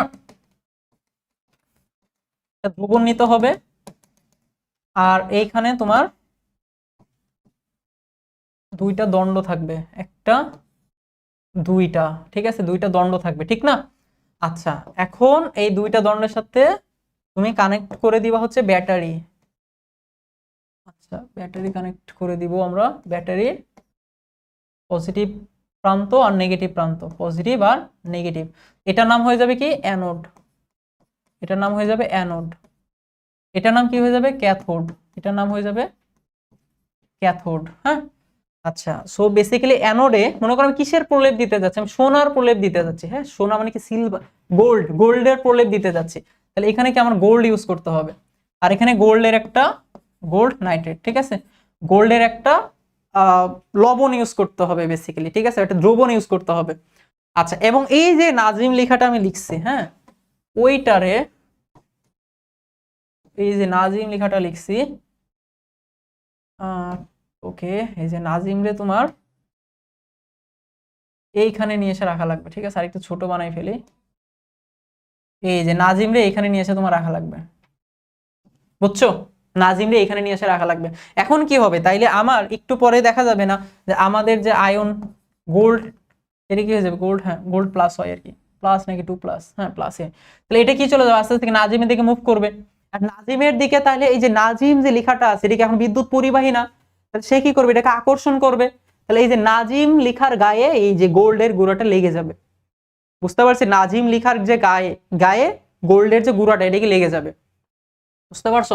আর বাকি তোমার যে ধাতব পাতটা আছে, হ্যাঁ, তোমাকে মানে চেষ্টা করতে হবে এখানে যেন না লাগে আর কি। সো বেসিক্যালি আমাদের এখানে, হ্যাঁ, তাহলে এই যে নাজিম যে লেখাটা থাকবে আর কি, সেই নাজিম লেখার গায়ে আমি যে গোল্ডের প্রলেপটা পাবো, আস্তে আস্তে আস্তে আস্তে যখন অনেক কিছুক্ষণ সময় যাবে, পরে তুমি যখন এটাকে বের করবা, পুরোটা কি যাবে, গোল্ডের হয়ে যাবে। এভাবে আর কি আমরা কি বিভিন্ন ধাতুর, হ্যাঁ, মানে ছাপ দিতে পারি আর কি। তোমার যখন যেটা ভাল লাগবে তুমি সেটা কি নিজের নামে ছাপ বানিয়ে ফেলতে পারবো। হ্যাঁ, এখানে কি আমাদের এখানে বলা হয়েছে যে গ্রাফাইট মাখানো মোমের ছাঁচটিকে ক্যাথোড এবং একটি তামার তারকে অ্যানোড হিসেবে কি কপার সালফেট দ্রবণে ডুবিয়ে বিদ্যুৎ পরিবহন করা হয়, ঠিক আছে। আচ্ছা, এখানে একটা তামার তার পাতের কথা বলা হয়েছে, তামার পাতকে ছাঁচের ওপর তামার একটি পুরু প্রলেপ পরে, যা পরে আলাদা করে ছাপার কাজে ব্যবহার করা হয়। আচ্ছা, সো বেসিক্যালি এখানে তামার আমি প্রলেপ দিছিলাম, হ্যাঁ, এই জন্য এখানে তামা ইউজ করছি। এখানে বেসিক্যালি তামা কেন ইউজ করছি, এখানে তামা ইউজ করার কারণ হচ্ছে এখানে প্রলেপটা দেওয়া হয়েছে তামার, ঠিক আছে, প্রলেপটা দেওয়া হয়েছে তামার, তোমাদের বইতে এটা দেওয়া আছে আর কি, এই জন্য এখানে লেখা হয়েছে, বুঝছো? বাট তুমি যেটা ইউজ করতে চাও সেটার তুমি মানে অ্যানোডটা ইউজ করবা, সেটার তুমি অ্যানোডটা ইউজ করবা, আমি ওইটাই কি একটা লবণ তুমি এখানে ইউজ করবা, তাইলেই হবে আর কি। আরেকটা দেওয়া আছে, এটা হচ্ছে ধাতু নিষ্কাশন ও শোধন, ঠিক আছে। সো বেসিক্যালি ধাতু নিষ্কাশনের জন্য আমরা এই পুরো জিনিসটাকে আমরা ইউজ করতে পারি, ঠিক আছে, যে খনি থেকে যে অবিশুদ্ধ আকরিক থেকে বিশুদ্ধ ধাতু আর কি মানে বানানো যায় এটার মাধ্যমে। হ্যাঁ, তো কিভাবে, আমাদের যে আকরিক থেকে ধাতু নিষ্কাশন করতে হবে, যে আকরিক থেকে ধাতু নিষ্কাশন করতে হবে, তার মানে মনে করো বেসিক্যালি মনে করো একটা জায়গা আছে, যে জায়গার মধ্যে প্রচুর ধাতু আছে বাট সেটা অবিশুদ্ধ অবস্থায় আছে। তো তাকে কি অ্যানোড হিসেবে ইউজ করব, তাহলে অ্যানোড হিসেবে যখন ইউজ করবো, তাহলে সেখান থেকে কি আয়নগুলোকে আস্তে আস্তে আস্তে আস্তে কি দ্রবণে চলে আসবে না? আয়নগুলো যদি আস্তে আস্তে দ্রবণে চলে আসে, তাহলে ওই জিনিসটাকে আস্তে আস্তে বিশুদ্ধ হয়ে যাবে। হ্যাঁ, এবং একটা কি ছোট বিশুদ্ধ পাতকে কি ক্যাথোড হিসেবে ইউজ করবো, ঠিক আছে। তাহলে ওই ধাতুর একটা ছোট বিশুদ্ধ পাতকে ধাতু মানে ক্যাথোড হিসেবে ইউজ করতে হবে। ওই ধাতুরই কোনো একটা লবণের দ্রবণকে তড়িৎ দ্রব্য হিসেবে ব্যবহার করতে হবে। ফলাফল কি হবে, তড়িৎ প্রবাহ চালনা করলে অ্যানোড বা অবিশুদ্ধ আকরিক থেকে বিশুদ্ধ ধাতু বা ক্ষয়প্রাপ্ত হয়ে, ঠিক আছে, এটা কি ক্ষয়প্রাপ্ত হয়ে আমাদের যে বিশুদ্ধ ইয়াটা আছে, বিশুদ্ধ যে ধাতু আছে সেখানে গিয়ে জমা হবে, ঠিক আছে, বিশুদ্ধ যে ধাতু আছে সেখানে জমা হবে। এভাবে খুব সহজেই আমাদেরকে বিশুদ্ধ ধাতু গিয়ে পাওয়া যায়, ঠিক আছে, খুব সহজ কথা আর কি। হ্যাঁ, বেসিক্যালি কি করতে হবে, আমাদের আকরিককে অ্যানোড হিসেবে ইউজ করতে হবে আর বিশুদ্ধ একটা ধাতব খণ্ড নিতে হবে ক্যাথোড হিসেবে। আমরা কি জানি অ্যানোড থেকে দ্রবণটা বের হয়ে যাবে লবণে, লবণ থেকে আবার কোথায় চলে যাবে, ক্যাথোডে চলে যাবে। তাহলে এই যে অবিশুদ্ধ ছিল সেখান থেকে আস্তে আস্তে আস্তে আস্তে দ্রবণটা যদি বের হয়ে যায়, তাহলে তুমি কি বিশুদ্ধ জিনিসটা পাচ্ছ না, তুমি শুধুমাত্র আয়নটা পাচ্ছ, আয়নটা পাচ্ছ মানে কি এটা বিশুদ্ধ আকারেই পাচ্ছ। যেমন মনে করো এই যে এইখানে, এখান থেকে যে গোল্ড আছে, গোল্ড যখন বের হয়ে যাবে এটা কি আকারে বের হয়ে যাবে, গোল্ড প্লাস আকারে বের হয়ে যাবে। এখানে যদি গোল্ড অবিশুদ্ধ আকারেও থাকে, যখন সেটা আয়ন আকারে বের হয়ে যাচ্ছে তখন তো সেটা বিশুদ্ধ হয়ে যাচ্ছে। এই গোল্ডটা এখানে গিয়ে যুক্ত যদি হয় তাহলে পুরো তুমি বিশুদ্ধ একটা গোল্ড পাবা।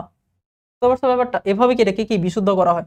তো এখান থেকে কি প্রশ্ন আসতে দেখা যায়, আই হোপ এই জিনিসটা কি মাথায় রাখবা। হ্যাঁ, আচ্ছা, তো এই পর্যন্ত শিখলে আমাদের মোটামুটি থিওরি পার্ট কিন্তু অনেকখানি আমরা কমপ্লিট করে ফেলছি। এখন আমাদের ম্যাথমেটিক্যাল পার্টের জন্য এই যে তড়িৎ ক্ষমতা এবং বিদ্যুৎ বিলের যে হিসাব সেটাকে খুব ভালো মতো শিখতে হবে। জাস্ট দুইটা টপিক মোটামুটি শিখলে এখান থেকে কিন্তু আমাদের যে কোনো মার্কস আর কি, যে কোনো ম্যাথ কিন্তু এখান থেকে আসে, এখান থেকে কি পাওয়া যায়। হ্যাঁ, আচ্ছা, সো দেখো আমরা ক্ষমতার কথা বাদ দাও, যে কোনো তড়িৎ ক্ষমতা না, যে কোনো কিছুর ক্ষমতা বলতে কি বুঝি, ক্ষমতা, ক্ষমতা মানে আমরা বুঝি যে একক সময় কি পরিমাণ কাজ করছে সেটা, কোনো একটা যন্ত্র একক সময় কি পরিমাণ কাজ করে সেটাই হচ্ছে কি তার ক্ষমতা। ক্ষমতার একক কি হয়, ক্ষমতার একক হচ্ছে, কাজের একক হচ্ছে জুল, আর টাইমের একক হচ্ছে সেকেন্ড, তাহলে জুল পার সেকেন্ড, বা এটাকে আমরা বলি watt. Watt, W A capital T, capital double T, sorry W A double T, watt, এটাকে আমরা কি ডাবল দ্বারা প্রকাশ করি হয়, ঠিক আছে। আচ্ছা, এখন আমাদের যেটা আছে সেটা হচ্ছে তড়িৎ ক্ষমতা। এটা কি আলাদা কিছু না? আলাদা কিছু না, কারণ ক্ষমতা হচ্ছে আমাদের কমন একটা টার্ম। আর তড়িৎ ক্ষমতা মানে হচ্ছে তড়িৎ যন্ত্রের যে ক্ষমতা, সেটাকে আমরা কি বলছি? তড়িৎ ক্ষমতা। তড়িৎ ক্ষমতা মানে হচ্ছে তড়িৎ যন্ত্রের যে ক্ষমতা, তড়িৎ যন্ত্রের ক্ষমতা। আর ক্ষমতা মানে কি? একক সময়ে কাজ, একক সময়ে কাজ বা কাজ করার হারকে ক্ষমতা বলা হয়। কাজ করার হারকে কি বলে? ক্ষমতা বলা হয়। এখন এই যে তড়িৎ যন্ত্রের ক্ষমতার জন্য আমরা একটা, আচ্ছা তাহলে সেই ক্ষেত্রে অনেক সেম সূত্র ইউজ করতে পারি, যে পি ইজ ইকুয়াল টু কত? ডাব্লিউ বাই টি, ঠিক আছে। So P is equal to আমরা কি বলতে পারি? W by T. So W মানে হচ্ছে কৃত কাজ, কাজ, আর টি মানে হচ্ছে সময়। আর একটা জিনিস মাথায় রেখো, কৃত কাজ বা কাজ মানে আমরা আসলে লিখতে পারি ব্যবহৃত শক্তি, যে পরিমাণ শক্তি ব্যবহৃত হচ্ছে, ঠিক আছে। ব্যবহৃত শক্তি, কাজকে আমরা বলতে পারি কি? ব্যবহৃত শক্তি বাই হচ্ছে সময়, বাই হচ্ছে সময় বলতে পারি। ওকে, এটা একটু মাথায় রাখা লাগবে, হ্যাঁ। তার মানে কাজ মানে কি? আমি যে পরিমাণ শক্তিকে ইউজ করছি, হ্যাঁ, সেটাই হচ্ছে কি আমার, সেইটা হচ্ছে কি কাজ। তাহলে এখান থেকে আমার কি পরিমাণ শক্তিকে ইউজ করলাম সেটা কিন্তু আমি আসলে বের করতে পারি। তো ব্যবহৃত শক্তিকে আমরা ডাব্লিউ দ্বারা যদি প্রকাশ করি, ডাব্লিউ সমান কি হয়ে যায় বলো তো? পিটি হয়ে যায়। ডাব্লিউ সমান হচ্ছে পি ইন্টু টি। তারপর ক্ষমতার সাথে যখন আমি সময়কে গুণ দিব, তখন আমি কি পাবো? ব্যবহৃত শক্তি পাবো, ঠিক আছে। তাহলে ব্যবহৃত, এই শব্দটা একটু জটিল আর কি। এটা কি ব্যবহৃত শক্তি, এটা কিভাবে পাওয়া যায়? এটা হচ্ছে আমার কি করতে হয়? ক্ষমতার সাথে, ক্ষমতার সাথে যখন কি আমরা এই সময়কে গুণ দিয়ে দিই, যেই সময় পর্যন্ত কি তাকে ব্যবহার করা হয়েছে, সময়কে যখন আমরা গুণ করে দিব, তখন আমরা এই শক্তির মানটুকু পাবো। বুঝলাম ব্যাপারটা? এই শক্তির মানটুকু পাবো। আচ্ছা, ধরো এই পর্যন্ত বুঝছি। তাইলে এখন দেখো আমাদের খুব সহজ কথা, আমাকে ধর বিদ্যুৎ বিল দিতে হবে, ঠিক আছে। আমরা পরে স্লাইডে আসি। আমাকে ধর বিদ্যুৎ বিল দিতে হবে। বিদ্যুৎ বিল আমি কিসের রেসপেক্টে দিব? আমি যে পরিমাণ শক্তি ব্যবহার করছি তার রেসপেক্টেই তো দিব, তাই না? মানে বেসিক্যালি আমি কি কি পাচ্ছি আর কি সরকার থেকে? আমি সরকার থেকে বিদ্যুৎ বিদ্যুৎ শক্তি পাচ্ছি। তাহলে আমি যেই পরিমাণ বিদ্যুৎ শক্তি ব্যবহার করছি, আমি সেই পরিমাণ বিদ্যুৎ বিল দিব সরকারকে। তাহলে বিদ্যুৎ বিলের হিসাবটা হচ্ছে কি? বেসিক্যালি আমাদের তড়িৎ শক্তির, তড়িৎ শক্তির ব্যবহার যে পরিমাণ আমি করছি, যে পরিমাণ তড়িৎ শক্তি ব্যবহার করছি, সেটার কি দিতে হবে? আমার বিল দিতে হবে। বিলটা আসবে হচ্ছে যে পরিমাণ তড়িৎ শক্তির আমি ব্যবহার করছি, ঠিক আছে। ক্ষমতার বিল আসবে না কখনো, হ্যাঁ। বিলটা কিসের হয়? বিলটা হয় যে পরিমাণ তড়িৎ শক্তির আমি ব্যবহার করছি। ওকে, তাই তড়িৎ শক্তিকে আমরা ডাব্লিউ দ্বারা প্রকাশ করি। সো ডাব্লিউ সমান কি হয় বলো তো? P into T, P into T. তাহলে বিল দিতে হবে কিসের? ক্ষমতা ইন্টু সময়ের, ক্ষমতা ইন্টু সময়। তার মানে তুমি কত ক্ষমতার বা কত পাওয়ারের এলিমেন্ট ইউজ করছো এন্ড কত সময় ধরে ইউজ করছো, এই দুইটার উপরে। এখন সমস্যা যে জায়গাতে হয় সেটা হচ্ছে একক নিয়ে হয়, একক নিয়ে। আমরা জানি যে W is equal to PT. So ক্ষমতার একক যদি ওয়াট হয় আর এর একক যদি সেকেন্ড হয়, তাহলে এটা হচ্ছে আমাদের কি হয়? জুল। হ্যাঁ, এটাকে আমরা কি বলি? জুল বলি, জুল বলি। হ্যাঁ, আমি এটাকে একটু বড়ভাবে লিখি, ওয়াট সেকেন্ড। এই ওয়াট সেকেন্ডকে আমরা কি বলি? জুল বলি। বাট আমাদের দেশে যে বিদ্যুৎ বিল নেওয়া হয় সেটা জুল এককে নেওয়া হয় না। বিদ্যুৎ বিল যেটা নেওয়া হয় সেটা নতুন একটা এককে নেওয়া হয়, ঠিক আছে। এটাই হচ্ছে সমস্যা এখানে। আমাদের যে এককে বিদ্যুৎ বিলটা নেওয়া হয় সেটা কি না? জুল না। ওইটা কি না? জুল না, সেটা কি নতুন একটা এককে নেওয়া হয়। বুঝলাম? আচ্ছা, তো ভাই সেটা কি একক? ওকে, চলো এটা একটু ব্যাখ্যা করি। ওই এককটার নাম হচ্ছে, যদি আমি ক্ষমতাকে ওয়াটে ইউজ না করে আমি যদি কিলো ওয়াটে ইউজ করি, কিসে? কিলো ওয়াটে। টাইমকে যদি আমি ঘন্টা ইউজ করি, তাহলে যেটা পাবো সেই এককে বিদ্যুৎ বিল নেওয়া হয়। এবং এটার নাম হচ্ছে ইউনিট আমরা বলি, ঠিক আছে। এটাকে আমরা কি বলি? ইউনিট বলি। এটা আমরা কি বলি? ইউনিট। মানে কত ইউনিট বিদ্যুৎ ইউজ করছি। তাহলে ইউনিট মানে হচ্ছে কিলো ওয়াট আওয়ার। তার মানে ক্ষমতাকে ওয়াটে না কিলো ওয়াটে নিতে হবে, অ্যান্ড আওয়ারকে সরি সময়কে সেকেন্ডে না, আমাকে ঘন্টায় নিতে হবে। তাইলে আমি যে পরিমাণ শক্তি ইউজ করলাম সেটাকে আমরা বলছি 1 ইউনিট। বুঝতে পারছি ব্যাপারটা? তাহলে আমি একটু মানে সারসংক্ষেপ করি। 1 ইউনিট বিদ্যুৎ বিল মানে হচ্ছে 1 কিলোওয়াট ইন্টু 1 ঘন্টা পরিমাণ শক্তিকে ব্যবহার করা। 1 কিলোওয়াট মানে কি, আবার 1000 ওয়াট বলতে পারি। আর 1 ঘন্টা মানে কত বলতে পারি, 3600 সেকেন্ড বলতে পারি। তাহলে 36 আর 1000 যদি গুণ করি তাহলে এটা হচ্ছে 3.6 ইন্টু 10⁶ ওয়াট ইন্টু সেকেন্ড হয়ে যায়। আর ওয়াট আর সেকেন্ডকে আমরা কি বলছিলাম, জুল বলছিলাম।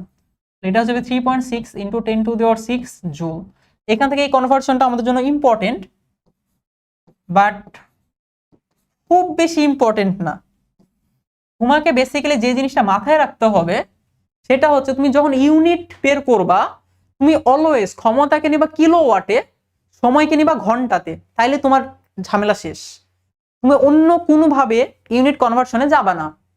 বুঝাইতে পারলাম ব্যাপারটা? তুমি যদি আমার ভালো স্টুডেন্ট হয়ে থাকো, আমার কথা যদি শোনো, তাহলে তুমি কখনোই জুলে বের করতে যাবা না, বা জুলে বের করে তুমি সেটাকে বলবো হ্যাঁ ভাই আমি তো জুলে বের করছি, আমি তো কনভার্সন করে ইউনিটে নিতেই পারবো, সমস্যা কি? সমস্যা নাই, বাট কইরো না এরকম, ঠিক আছে? এটা হচ্ছে রিকোয়েস্ট। তুমি কি করবা, তুমি ক্ষমতারে নিবা কিলোওয়াটে, ওকে? তুমি ক্ষমতারে নিবা কিলোওয়াটে আর টাইমরে নিবা আওয়ারে, তাহলে যেটা পাবে সেটা হচ্ছে ইউনিট। এটা মাথায় রাখবা, ঠিক আছে? সো ইউনিট মানে হচ্ছে কি, কিলোওয়াট আওয়ার। ইউনিট মানে হচ্ছে কিলোওয়াট আওয়ার। আওয়ার কেমনে লিখবো, কিলোওয়াট আওয়ার হচ্ছে কি আমার ইউনিট, ওকে? এটা মাথায় রাখলে তুমি যদি এতটুকু জাস্ট মাথায় রাখতে পারো, আমি বিদ্যুৎ বিলের প্রত্যেকটা ম্যাথ আমি করে ফেলতে পারবো, কোনো সমস্যা নেই। আচ্ছা, লাস্ট একটা ছোট্ট একটা টপিক আছে আমাদের, তাইলেই আমরা বোর্ড প্রশ্ন সলভ করতে পারবো। আচ্ছা, লাস্ট একটা ছোট্ট টপিক আছে, হ্যাঁ, এই টপিকটা হচ্ছে আইপিএস আর ইউপিএস। আইপিএস আর বা হচ্ছে ইউপিএস। সো বেসিক্যালি আইপিএস বা ইউপিএস আমরা কখন ইউজ করি? আইপিএস বা ইউপিএস আমরা ইউজ করি যখন আমাদের কারেন্ট চলে যায়, বাট আমার হচ্ছে ওই মানে কি বলে এলিমেন্টটা বা ওই হচ্ছে যন্ত্রটা আমার চালানোর প্রয়োজন। যেমন ধরো কম্পিউটারে যখন হচ্ছে আমাদের কারেন্ট চলে যায়, হ্যাঁ, বেসিক্যালি পিসির কথা আমরা বলছি, তো পিসি কিন্তু বন্ধ হয়ে যাবে, তাই না? তো তখন আমরা ইউপিএস ইউজ করি। তো ইউপিএস এর মাধ্যমে আমাদের কিছুক্ষণ আমরা ব্যাকআপ পাই। এরপর মনে করো বাসা বাড়ি থেকে আমরা আইপিএস ইউজ করি, কারণ কারেন্ট চলে গেলে তোমার ফ্যান লাইট সব বন্ধ হয়ে যাবে, আমরা আইপিএস ইউজ করি। তো দুইটার মধ্যে পার্থক্য কি? বেসিক পার্থক্য হচ্ছে আইপিএস হচ্ছে অনেক বেশি পরিমাণ কারেন্ট অনেক বেশি সময় ধরে সাপ্লাই দিতে পারে, বাট এটা একটু স্লো, মানে এটা যে হচ্ছে অ্যাকশন টাইম সেটা একটু বেশি, অর্থাৎ এটা মনে করো চালু হতে একটু টাইম লাগে। ইউপিএস হচ্ছে সাথে সাথে মানে তাৎক্ষণিকভাবে এটিকে চালু হয়, এজন্য আমাদের যে পিসি সেটিকে বন্ধ হয় না, এজন্য আমাদের ইউপিএস ইউজ করি আমরা পিসির জন্য, ঠিক আছে? আচ্ছা, এখন আইপিএস হোক বা ইউপিএস হোক, এটা কিভাবে কাজ করে সেটা কি ভালো মতো একটু বোঝার চেষ্টা করতে হবে। তো বেসিক্যালি আমাদের জিনিসটা খুবই সহজ। আমাদের মূল এসি লাইন থাকে, তো এসি লাইন থেকে আমাদের কারেন্ট দেখো সব দিকে যাই। তো এমন হবে না যে কারেন্ট, কিন্তু এরকম চিন্তা করো না যে মনে করো পিঁপড়ার মতো যে সে এই দিকে গেলে ওই দিকে যাইতে পারবে না, এমন না, সে একসাথে সব দিকেই যায়। তো কারেন্ট যদি দেখে যে কন্ট্রোলারে সংকেত পাঠাবে, তো কন্ট্রোলার যদি বুঝতে পারে যে কারেন্ট আছে, হ্যাঁ, তাহলে তো ভালো, তাহলে কন্ট্রোলার আর হচ্ছে ব্যাটারি থেকে কারেন্টটাকে নিবে না, ঠিক আছে? ব্যাটারি থেকে কি কারেন্টটা কন্ট্রোলার নিবে না, হ্যাঁ। তো বেসিক্যালি কন্ট্রোলার হচ্ছে এখানে জাস্ট সেন্স করে যে আমার কারেন্ট আছে কিনা। তো মনে করো যদি কারেন্ট থাকে, তাহলে একটা পোর্শন তো কন্ট্রোলারে যাই, বোঝা যায় কারেন্ট আছে, আর একটা পোর্শন ব্যাটারিতে যাই, ব্যাটারি চার্জারে যাই, আর একটা পোর্শনকে আমরা আউটপুটে যাই। তো এখানে তো একটা ফ্যান লাগানো আছে বা লাইট লাগানো আছে, কিছু একটা আছে, ওইটা আউটপুটে যায়। সো ওইটা কি বেসিক্যালি জলে বা চলে কিছু একটা হয়, ঠিক আছে? মানে ওইটা কি বেসিক্যালি কারেন্ট প্রবাহিত হয়, হ্যাঁ। আচ্ছা, চার্জারে যে কারেন্টটা যায় সেটা কি হয়? চার্জার আমরা বেসিক্যালি কি করে, দেখো আমি বলছিলাম যে এইখানে আমার কি আছে বলতো, মূল এসি লাইন আছে, হ্যাঁ। তো এটা মাথায় রেখে এখানে যে লাইনটা আছে এটা এসি, বাট আমার ব্যাটারি সবসময় ডিসি চার্জ জমা করতে পারে। এটা লিখে ফেলতে পারো, ব্যাটারি সবসময় কি করে, ডিসি চার্জ জমা করে, ডিসি চার্জ জমা করে।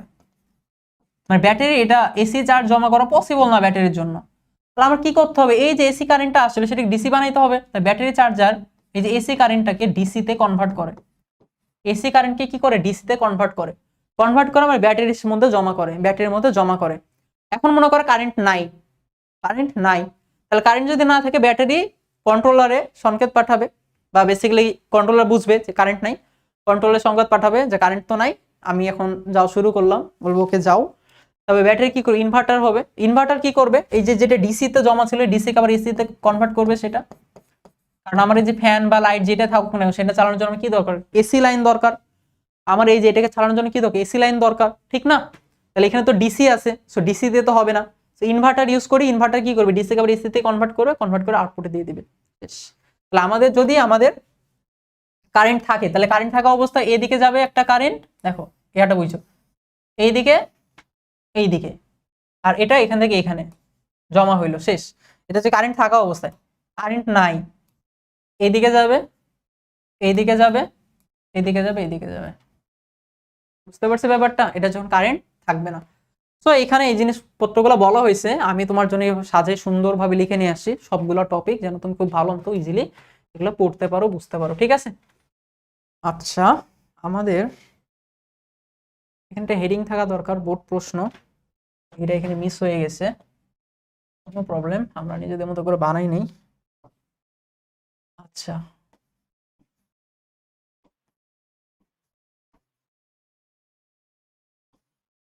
দেখো এখন আমরা এই বোর্ড প্রশ্ন সলভ করতে পারি কিনা, আমাদের আলটিমেট যেটা টার্গেট সেটা আমরা চলে আসছি।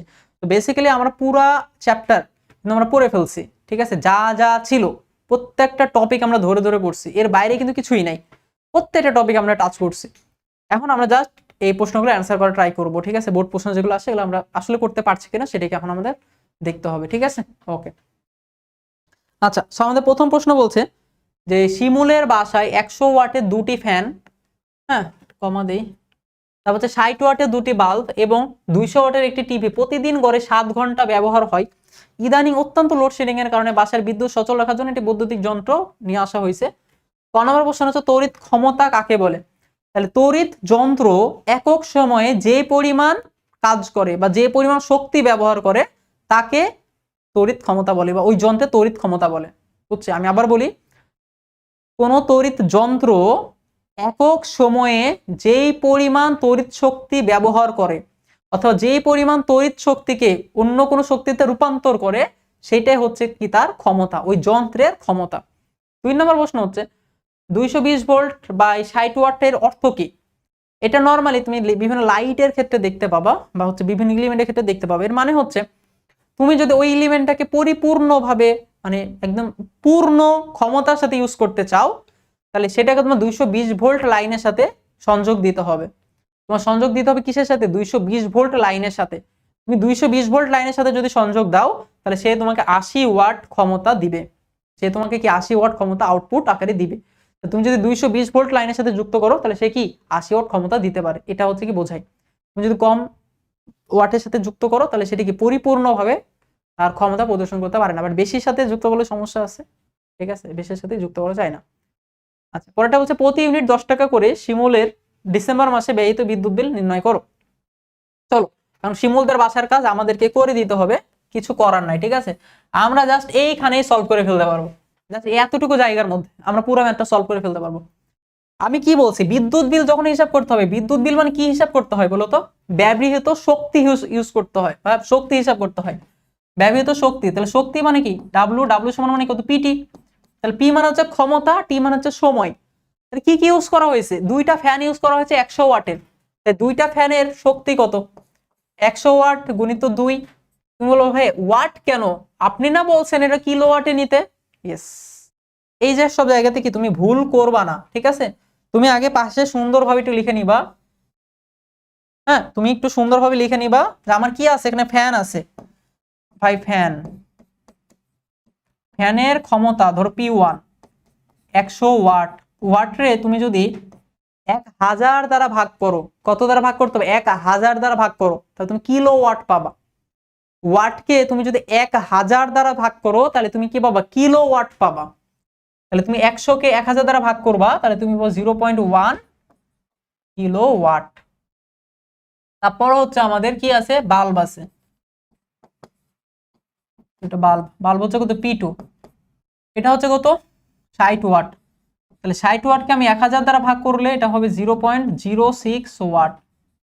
ঠিক আছে, 0.06 কিলো ওয়াট, তাই না? ওয়াট তো না, 0.06 কিলো ওয়াট। আর নাম্বার 3 হচ্ছে টিভি। টিভি হচ্ছে P3, টিভি হচ্ছে কত? 200 ওয়াট। তো ভাগ করে দাও 1000 দ্বারা, এটা কত? 0.2 কিলো ওয়াট। হইল? ডান। এখন ক্ষমতা সবগুলো আমি ওয়াটে পেয়ে গেছি। তাহলে ক্ষমতা আমার হচ্ছে ফ্যানের জন্য কত? ফ্যানের জন্য হচ্ছে 0.1। ওকে, এরপর যোগ করব, তাই না? যোগ করে দিই, মানে আগে সব ক্ষমতাগুলো যোগ করে দিই। তারপর বাল্বের জন্য কত? 0.06 যোগ টিভির জন্য কত? 0.2। সবগুলোকে কিলোওয়াটে পাইছি, সময় দ্বারা গুণ করে দিতে হবে। কত সময় আমি ইউজ করছি?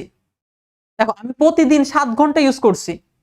ডিসেম্বর মাস হয় 31 দিনে, প্রতিদিন যদি 7 ঘন্টা ইউজ করা হয়, তা ডিসেম্বর মাসে আমি কত ঘন্টা ইউজ করছি বলো তো? হ্যাঁ, আমি আবার বলি প্রশ্নটা, যদি কেউ প্রতিদিন 7 ঘন্টা করে ইউজ করে, তাহলে ডিসেম্বর মাসে কত ঘন্টা ইউজ করছে? ঠিক না? তাহলে 7 গুণিত 31, ডিসেম্বর মাস কততে হয়? 31-এ হয়। তাহলে সে যে টাইমটা ইউজ করছে সেটা কত? 7 গুণিত কত? 31 আওয়ার। 7 গুণিত 31 আওয়ার। বুঝলাম ব্যাপারটা? তাইলে আমাদের এখানে কি ক্ষমতা নিচ্ছি কিলোওয়াটে। এই যে ক্ষমতা, এই ক্ষমতা আমি কিসে নিলাম? কিলোওয়াটে নিলাম। আর এখানে যে টাইম নিলাম, টোটাল টাইমটা কত? টোটাল টাইমটা কিসে নিয়েছি? আওয়ারে নিয়েছি। তাহলে কিলোওয়াট আর আওয়ার, এই দুটো যখন আমি গুণ করব, তখন আমি ইউনিট পাবো। আমি কি পাবো? ইউনিট পাবো। তাহলে এটাকে গুণ করে দেখতে হবে। আচ্ছা, আমার কাছে ক্যালকুলেটর আছে, আমি একটু গুণ করে দেখি। আচ্ছা,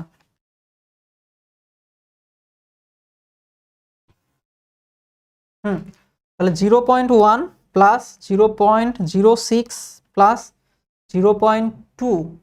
আচ্ছা, আমার কোথাও, হ্যাঁ, আচ্ছা, এর সাথে আমাকে গুণ করে দিতে হবে হচ্ছে, আচ্ছা গুণ হবে, আচ্ছা উল্টা হয়ে গেছে। আচ্ছা, আমি আবার করি, 0.1 প্লাস 0.06 প্লাস 0.2। আচ্ছা, যেটা আসবে তার সাথে গুণ করে দিতে হবে হচ্ছে আমার 7 × 31। ওকে, এটা হচ্ছে 78.12।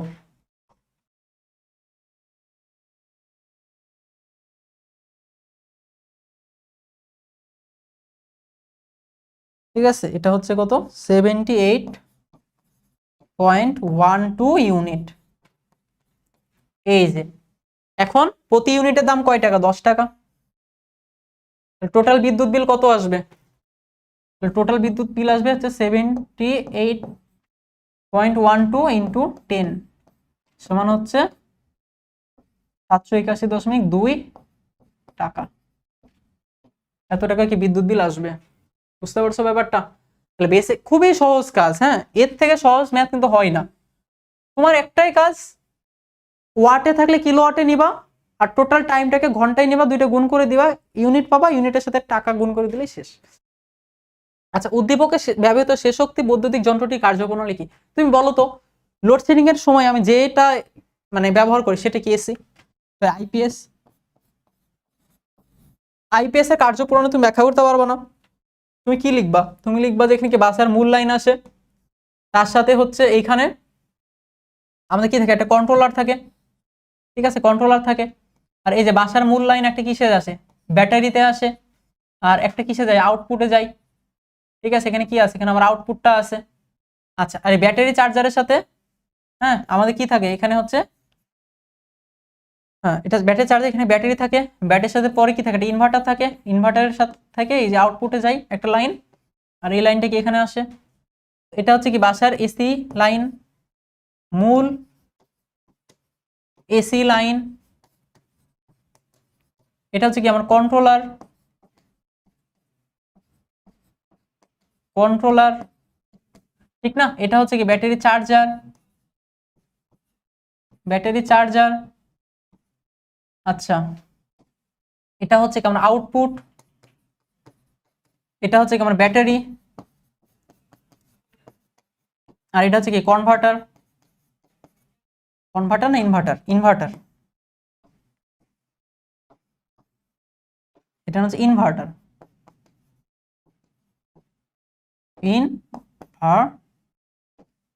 ইনভার্টার ইনভার্টার কাজ কি? কাজ হচ্ছে ব্যাটারি চার্জার কি করবে, আমার এই যে এসি কে কি বানাবে, ডিসি বানাবে। ডিসি বানিয়ে এখানে কি করবে, চার্জ জমা করবে। এখানে কি করবে, চার্জ জমা করে। ইনভার্টার কি করবে, আবার ওই যে ডিসি পাইছিলাম, ডিসি রে এসি রে কনভার্ট করে দিবে। আর কন্ট্রোলার কি করবে, এটাকে কন্ট্রোল করবে, ঠিক না? এই তো কাজ শেষ। আর কিছু হচ্ছে মাঝখানে আছে, নামি লাইন আছে, এই যে এই লাইনগুলো একটু দিতে হবে। এই লাইনগুলো আমরা দেখে বুঝবো যে হচ্ছে মানে এটা হচ্ছে ফিল আপ করছে আর কি পুরা বেসিক্যালি সার্কিটটাকে, ঠিক আছে? এই লাইনগুলো একটু দিয়ে দিবা, হ্যাঁ, তাইলে কি শেষ। তো লিখে দিবা যে কারেন্ট যখন চলে যায় তখন কিভাবে কাজ করে, এটা তাইলেই হবে। ওকে, বুঝছে ব্যাপারগুলো? আচ্ছা, পরেরটা আসি। আচ্ছা, এটা সেম প্রশ্নটা এখানে আছে, তাই না? আচ্ছা, বেসিক্যালি কপি পেস্ট হয়েছে, আমার উপরেরটা ডিলিট করা উচিত ছিল, ওইটা ডিলিট করে ফেলছে। আচ্ছা ঠিক আছে, অসুবিধা নেই। পরের প্রশ্নে আসি। পরের প্রশ্ন হচ্ছে রাজশাহী বোর্ড 2025-এর কি বলছে, আব্দুর রহিম সাহেব তার বাড়িতে 100 ওয়াটের 4টি সাধারণ বাল্ব, 75 ওয়াটের 3টি ফ্যান, 200 ওয়াটের একটি ফ্রিজ ব্যবহার করেন। বাল্ব ও ফ্যানগুলো প্রতিদিন করে 10 ঘন্টা, ফ্রিজটি 14 ঘন্টা চলে। প্রতি ইউনিটে বিদ্যুতের মূল্য হচ্ছে 7 টাকা 20 পয়সা। তড়িৎ বিশ্লেষণ কাকে বলে? তড়িৎ মুদ্রণ বলতে কি বোঝায়? এগুলো আমরা বুঝছি, তাই না? এগুলো নিয়ে আমরা কথাবার্তা বলবো না, ঠিক আছে? আমাদের কাজ হচ্ছে এখন আমরা বিদ্যুৎ বিলটা হিসাব করতে পারি কিনা এটা আমরা বারবার দেখবো। বিদ্যুৎ বিল নির্ণয় করো, কি কি ইউজ করছে, হ্যাঁ কি কি ইউজ করছে দেখি। চলো এখানে একটা বক্স বানাই, এখানে একটা বক্স বানাই, এই দুইটা বক্সের মধ্যে আমরা সলভ করে ফেলবো পুরাটা। কি কি ইউজ করছে চলো একটু দেখি তো। 100 ওয়াটের 4টি সাধারণ বাল্ব ইউজ করছে, তাহলে বাল্বের ক্ষমতা ধরো P1, 100 ওয়াট। আচ্ছা, এইখানে আমি একটা জিনিস ভুল করছি, তাই না? এইখানে এইখানে একটা জিনিস ভুল হয়েছে, এটা কি কেউ ধরতে পারছো? এটা হচ্ছে আমাদের এখানে ফ্যান ছিল 2টা, বাল্ব ছিল 2টা, তাহলে যেখানে যেখানে 2 আছে সেখানে সেখানে 2 দ্বারা গুণ করে দিতে হবে যে, ঠিক আছে? আচ্ছা আচ্ছা, আমি খুবই খুবই খুবই সরি, এইখানে এগুলো ভুল হয়েছে, হ্যাঁ। আচ্ছা, তাহলে কি আমাদের ক্ষমতা ফ্যানের জন্য কত, 0.1, ফ্যান আছে কয়টা, 2টা, 2 দ্বারা গুণ করে দিতে হবে, প্লাস, হ্যাঁ, বাল্বের জন্য কত, 0.06, বাল্ব আছে কয়টা, 2টা, 2 দ্বারা গুণ করে দিতে হবে, প্লাস টিভি তো একটাই আছে, সো একটার জন্য কত, 0.2, একটার জন্য হচ্ছে কত, 0.2। এই পুরাটার সাথে হচ্ছে কি আমার ওই সময়টা গুণ হয়ে যাবে। সবগুলা জিনিসই যেহেতু আমি 7 ঘন্টা করে ইউজ করছি, এই জন্য সময়টা সবার সাথেই গুণ হবে, সেম সময়টা। বাট যদি এক একটা জিনিস আমি এক একটা মানে ঘন্টা ইউজ করতাম, এক এক রকম ঘন্টা ইউজ করতাম, তাহলে ক্ষমতার সাথে সাথে আমি ঘন্টাগুলোকে গুণ করে দিতাম, বুঝছো? আমি বলি আবার, মনে করো আমি বললাম যে বাল্ব ইউজ করছি আমি 3 ঘন্টা, ফ্যান ইউজ করছি আমি 7 ঘন্টা, তখন আমি কি করতাম জানো, তখন আমি ডাব্লিউ সমান পিটি সূত্র ইউজ করতাম, তখন আমি ফ্যানের সাথে ফ্যানেরটা গুণ করে দিতাম, তাহলে ফ্যানে মনে করো হচ্ছে 0.1 গুণিত 2, তার সাথে ফ্যানের যে আওয়ার ঘন্টা সেটা আমি গুণ করে দিতাম, ঠিক আছে? তারপর হচ্ছে বাল্বের সাথে যেটা ছিল সেটা আমি গুণ করে দিতাম, তার মানে যার যার তার তার করতাম, তখন কি করতাম, যার যার তার তার, যার সাথে যেটা, হ্যাঁ। বাট এখানে কি সবাই সেম পরিমাণ ইউজ করা হয়েছে 7 ঘন্টা করে, এর জন্য এই যে 7 ঘন্টা এটা কি সবার সাথে গুণ আকারে থাকবে, সমস্যা নেই। আচ্ছা, সো বেসিক্যালি এটা হবে 0.2। আচ্ছা চলো এটাকে আমরা হচ্ছে ইয়া করে ফেলি, এটা হচ্ছে 0.2 হবে, এটা হবে 0.12 হবে, তাই না? এটা 12 আর ওটা হবে 0.2ই থাকবে। আচ্ছা, এর সাথে হচ্ছে আমি কি, এর সাথে আমি গুণ দিব হচ্ছে 7, তার সাথে হচ্ছে 31 গুণ দিব। আচ্ছা, এটা উল্টা পাল্টা করে বলছি, আমি ক্যালকুলেটর ইউজ করতে পারি না আসলে ভালো মতো। 0.1, 0.1, আচ্ছা গুণ আকারে দিচ্ছি বারবার, 0.1 ইন্টু 2 মানে 0.2, তাই তো? 0.2 প্লাস 0.12 প্লাস 0.2, 0.2 যা আসে তার সাথে গুণ দিব হচ্ছে 7 গুণিত 31, 112.5 8 4 আসে। হ্যাঁ, এত ইউনিট, তাই না? বেসিক্যালি এত ইউনিট। তাহলে এটা হচ্ছে 112.84 এর সাথে 112.84 এর সাথে হচ্ছে আমার দর গুণ দিতে হবে। এটা হবে হচ্ছে 1128.4 টাকা।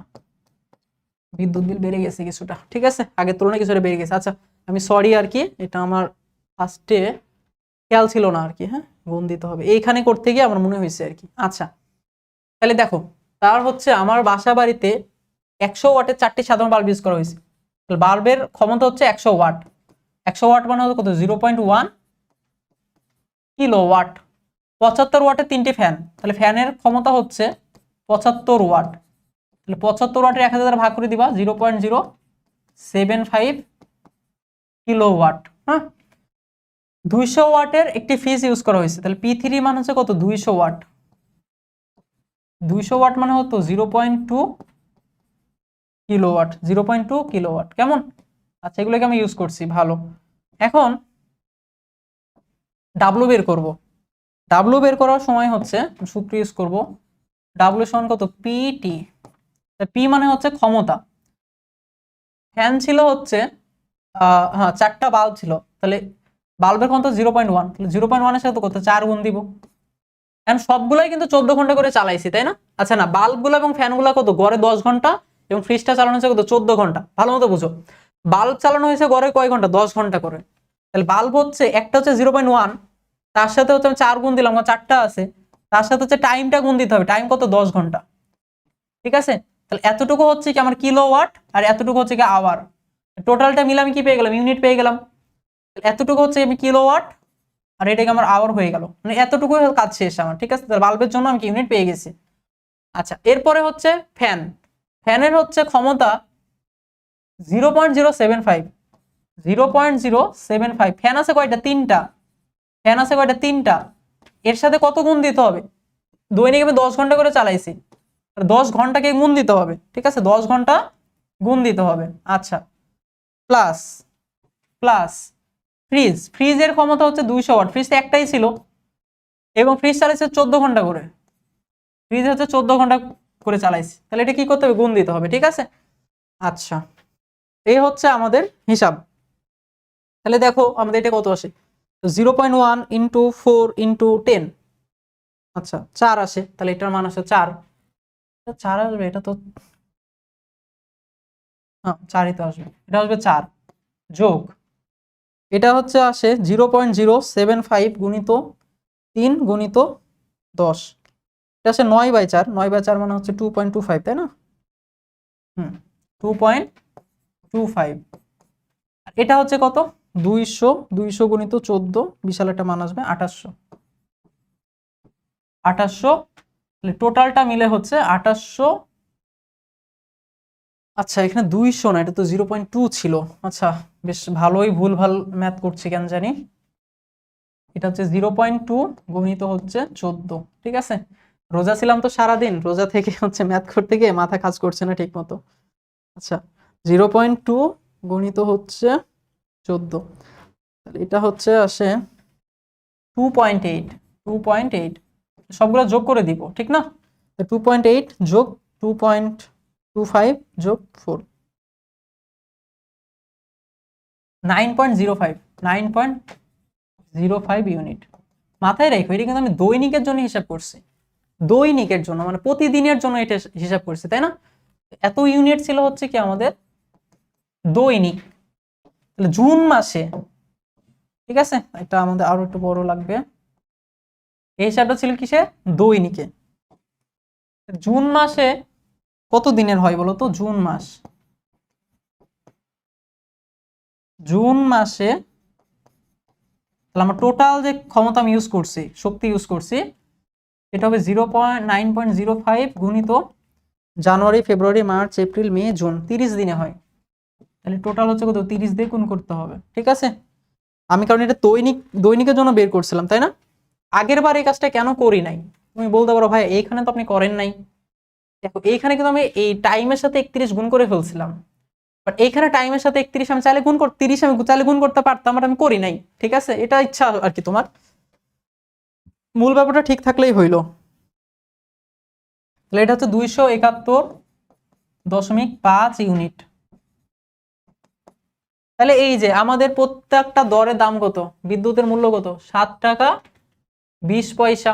তাহলে বিদ্যুৎ বিল কত টাকা আসবে, তাহলে বিল হবে হচ্ছে আমার ইউনিটের সাথে এই যে 271.5 ইউনিটের সাথে কত 7 টাকা 20 পয়সা গুণ করে দিতে হবে, 7 টাকা 20 পয়সা গুণ করে দিতে হবে। তাহলে এটা হবে 1954 টাকা 80 পয়সা। ঠিক আছে, এত টাকা। এটা হচ্ছে কি বিদ্যুৎ বিল হবে। ঠিক আছে, এটা হবে কি আমাদের বিদ্যুৎ বিল। তাহলে ইজি আছে না ম্যাথগুলো, খুব সহজ। তোমারে জাস্ট বিদ্যুৎ বিল হিসাব করার সময় তোমাকে ক্ষমতার সাথে টাইম গুণ করে দিতে হবে, ক্ষমতার সাথে টাইম গুণ করে দিলেই অ্যান্সার শেষ। এখন টাইম গুণ করার পরে যদি এরকম মাস উল্লেখ থাকে তাহলে মাস যত দিনে হবে সে দিনটা উল্লেখ করে দিতে হবে, কারণ এখানে প্রতিদিন ইউজ করছি, প্রতিদিন দৈনিক। বাট একটা মাস তো অনেক বেশি দিনের হয়, 30 দিন বা 31 দিনে। যদি জুলাই মাস তাহলে 31 দিন হয়তো, ডিসেম্বর হচ্ছে 31 দিন, যদি বলে ফেব্রুয়ারি তাহলে আবার 28 দিন, লিপ ইয়ার হইলে আবার 29 দিন, এগুলো একটু হিসাব রাখা লাগবে। পরে মোট ইউনিট ইউজ করব, মোট ইউনিট কত মানে পুরা মাসে কত ইউনিট ইউজ করছি, পরে জাস্ট ইউনিটের সাথে আমার কি টাকা গুণ করে দিতে হবে, দর গুণ করে দিলে কি অ্যান্সার শেষ।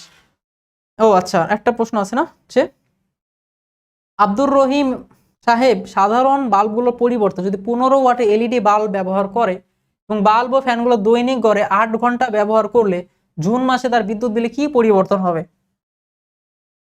আমি এটা পারবো, ঠিক আছে, আমি আর এটা করাই দিচ্ছি না। হ্যাঁ, আচ্ছা আমি পরেরটায় আসি। এখানে চিত্র 1 এবং চিত্র 2 এ 280 এবং 60 ওয়াটের তিনটি রোধ দেখানো হয়েছে, আর চিত্র 2 এর রোধগুলো সমান্তরালে যুক্ত আছে। হ্যাঁ, এটা তো শ্রেণীতে যুক্ত আছে এখানে, আর এটা কি সমান্তরালে যুক্ত আছে। প্রথম প্রশ্ন হচ্ছে ইলেকট্রোপ্লেটিং কাকে বলে। তো ইলেকট্রোপ্লেটিং বা হচ্ছে তড়িৎ প্রলেপন, ওই যে একটা ধাতুর উপরে আরেকটা ধাতুর যে প্রলেপ দেওয়ার পদ্ধতি, সেটা ইলেকট্রোপ্লেটিং। একটু সাজাই গুছিয়ে লিখবা। 220 ভোল্ট 60 ওয়াট কি বুঝিগুলো আমরা আলোচনা করছি।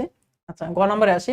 উদ্দীপকের চিত্র 2 এর বর্তনী দৈনিক 10 ঘন্টা ব্যবহার করলে জানুয়ারি মাসে বিদ্যুৎ বিল নির্ণয় করো। চিত্র 2 এর বর্তনী আমি এটা ইউজ করছি।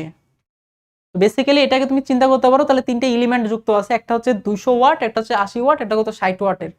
হ্যাঁ, আর দৈনিক 10 ঘন্টা ইউজ করছে, তাহলে একটা নির্দিষ্ট টাইমই দেয়া আছে, খুবই সহজ হয়ে যায় তাই না। একটা টাইম যদি দেয়া থাকে তাহলে ম্যাথটা কি হয়ে যায়, অনেক সহজ হয়ে যায়। আচ্ছা, আমরা এটাকে একটা কাজ করি, আমরা পরের পেজে করি এটা। ঠিক আছে, গ নাম্বারটা আমরা সলভ করছি। তাহলে প্রথম যে ক্ষমতাটা আছে সেটা হচ্ছে একটা 280 আর একটা হচ্ছে 60। একটা হচ্ছে 200 ওয়াট মানে কত 0.2 কিলোওয়াট। P2 যেটা আছে এটা হচ্ছে কত 80। তুমি চাইলে এই ক্ষমতাগুলো একসাথে গুণও করে দিতে পারো, বাট ওভাবে না করলে ভালো, যোগ করে দিতে পারো আর কি। হ্যাঁ, মানে এগুলো কি সবগুলোকে একটা নির্দিষ্ট টাইম পর্যন্ত ইউজ করা হয়েছে, তো যখন টাইম আলাদা আলাদা হবে তখন সবার জন্য আলাদা আলাদা ভাবে হিসাব করতে হয়, বাট একটা নির্দিষ্ট টাইম হিসাব ইউজ করা হলে জিনিসটা সুবিধা আছে। ঠিক আছে, W/PT। তাহলে P এর মান কত, একটা হচ্ছে 0.2, তার সাথে টাইম গুণ করে দিতে হয়, ঠিক না। নিয়ম হচ্ছে কি তার সাথে টাইম গুণ করে দেয়া, P তার সাথে কি T গুণ করে দেয়া। T কত, সবগুলোকে আমরা 10 ঘন্টা ইউজ করছি, তাহলে এখানে আমি চাইলে 10 প্রত্যেকটার সাথে, এই যে দেখো আমি তোমার এই জিনিসটা বুঝাই দিই, প্রত্যেকটার সাথে আমি 10 এভাবে গুণ করতে পারি। আবার চাইলে আমি কি করতে পারতাম, 10কে আমি কমনও নিতে পারতাম না, তাহলে পুরো জিনিসটা কি হয়ে যেত, যোগ হয়ে যেত ক্ষমতাগুলো। এই জন্য বলছিলাম চাইলে পুরো ক্ষমতাকে যোগ করে দেওয়া যায়, একই ব্যাপার আসলে। বা চাইলে তুমি কিভাবে গুণ করে দিতে পারো। হ্যাঁ, তাহলে এটা হবে কত 2। ঠিক আছে, এটা কত হবে 0.8, এটা কত হবে 0.6, এটা হচ্ছে 1.4, এটা হবে কত 3.4। তাহলে এটা কি কিলোওয়াট ছিল, এটা কি আওয়ার ছিল, তাহলে এটা কি হয়ে গেছে ইউনিট হয়ে গেছে। বাট এটা কিসের জন্য, এটা হচ্ছে দৈনিক প্রতিদিনের জন্য, এটা কিসের দৈনিকের জন্য প্রতিদিনের জন্য, তাই না। তাহলে আমার কোন মাসের কথা বলে দিছে এখানে, জানুয়ারি মাসের কথা বলছে, জানুয়ারি মাস আমরা বলে দিছে, মাসের নাম হচ্ছে জানুয়ারি। তাহলে জানুয়ারি মাস যদি হয় তাহলে আমি কি করতে হবে, 31 দিয়ে গুণ করে দিতে হবে। তাহলে 3.4 গুণিত 31, 31 দিয়ে গুণ করে দিব,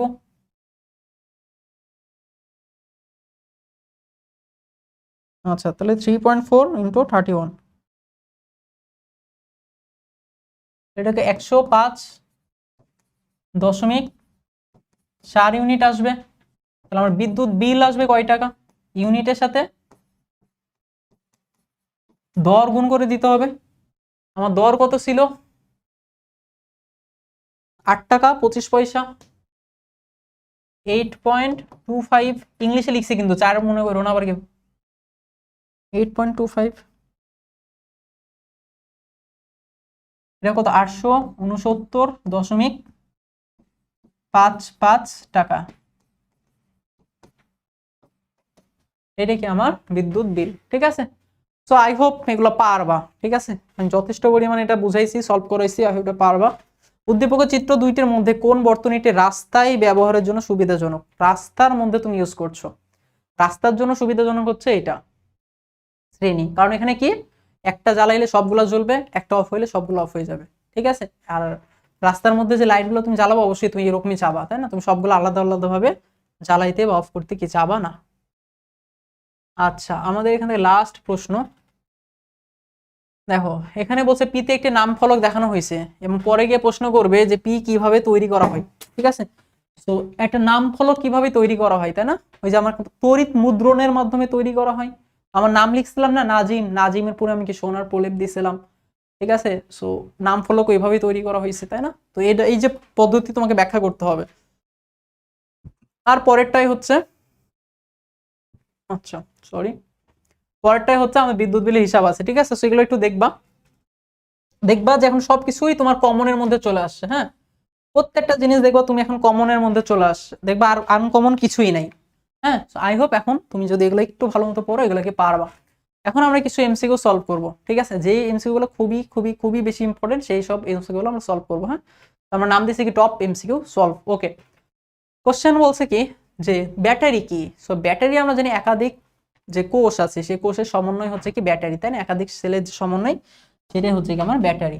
আচ্ছা, পরের প্রশ্নটা হচ্ছে একটা ব্যাটারিতে কয়টি অংশ থাকে? 3টা অংশ থাকে, anode cathode electrolyte, anode cathode electrolyte 3টা অংশ থাকে। ওকে, পরের প্রশ্ন, 1.5 ভোল্টে 4টি ব্যাটারি সিরিজে সংযোগ দিলে কি হবে? সিরিজে যদি সংযোগ দেওয়া হয় তাহলে ব্যাটারি 4 গুণ মানে ভোল্ট 4 গুণ হয়ে যাবে, তাই না? যেহেতু 4টা আছে 1.4 ইন্টু 4 তার মানে কত 6 ভোল্ট। মানে একটা হচ্ছে 1.5 ভোল্ট, আরেকটা 1.5 ভোল্ট, 3 ভোল্ট, আরেকটা 1.5 ভোল্ট, 4.5, আরেকটা 1.5 ভোল্ট, টোটাল হবে কত 6 ভোল্ট। যদি সিরিজে দেওয়া হয়, যদি সমান্তরালে বলতো অ্যান্সার কিন্তু 1.5 ভোল্টই হইতো।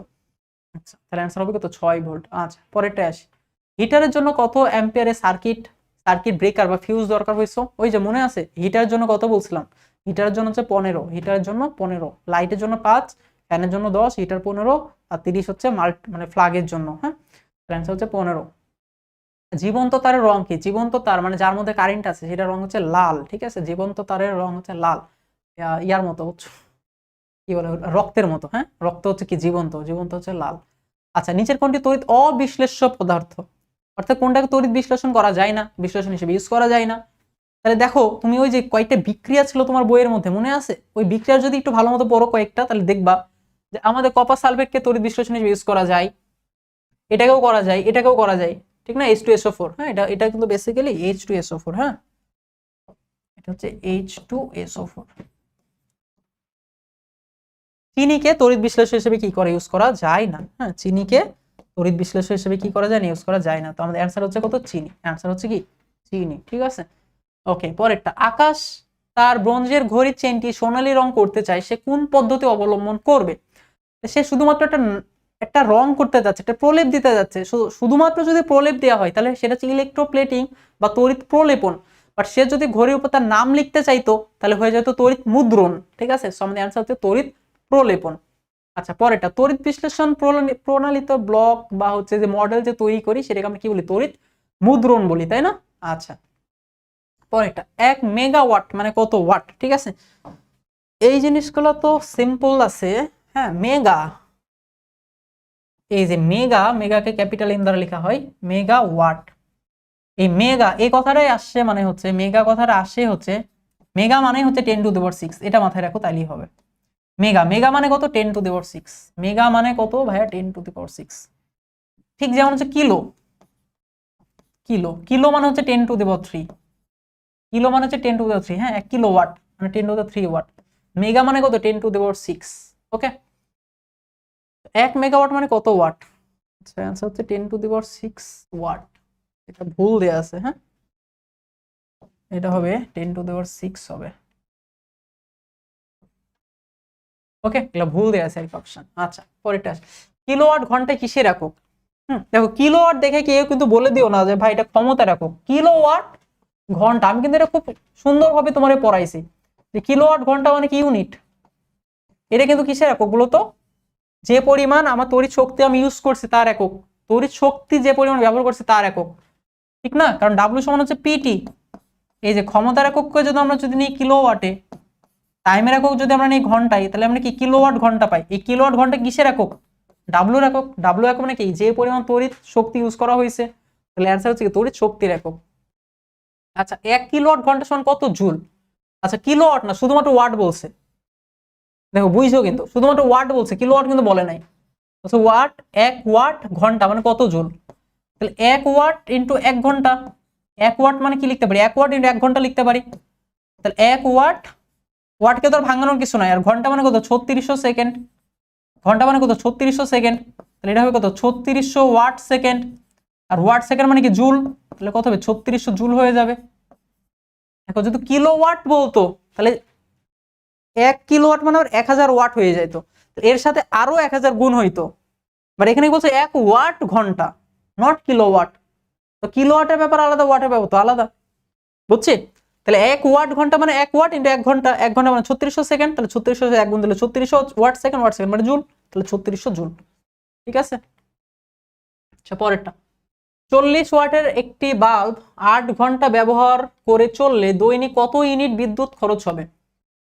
40 ওয়াটের একটা বাল্ব আছে, 8 ঘন্টা করে চলছে, কত ইউনিট বিদ্যুৎ বিল খরচ হবে? তো ডাব্লিউ সমান কত? পিটি। এটা ক্ষমতা কত? এটা কি 40 নাকি 80? হ্যাঁ 40, বাংলায় লেখা আছে না 40। তাহলে 40 ওয়াট, ওয়াটকে কি 1000 দ্বারা ভাগ করে দিলাম। এটা কেন করলাম? এটা আমি কিলোওয়াট বানাইতে হবে তাই। বাল্ব আছে একটা, তাহলে 1 দ্বারা গুণ, বা টাইম দ্বারা গুণ করে দিতে হবে। টাইম হচ্ছে 8 ঘন্টা, তাহলে 8 দ্বারা গুণ। ঠিক আছে, টাইম হচ্ছে কত? 8 ঘন্টা, তাহলে 8 দ্বারা গুণ। তাহলে এটাই হচ্ছে কি আমার মানে ইউনিট আর কি।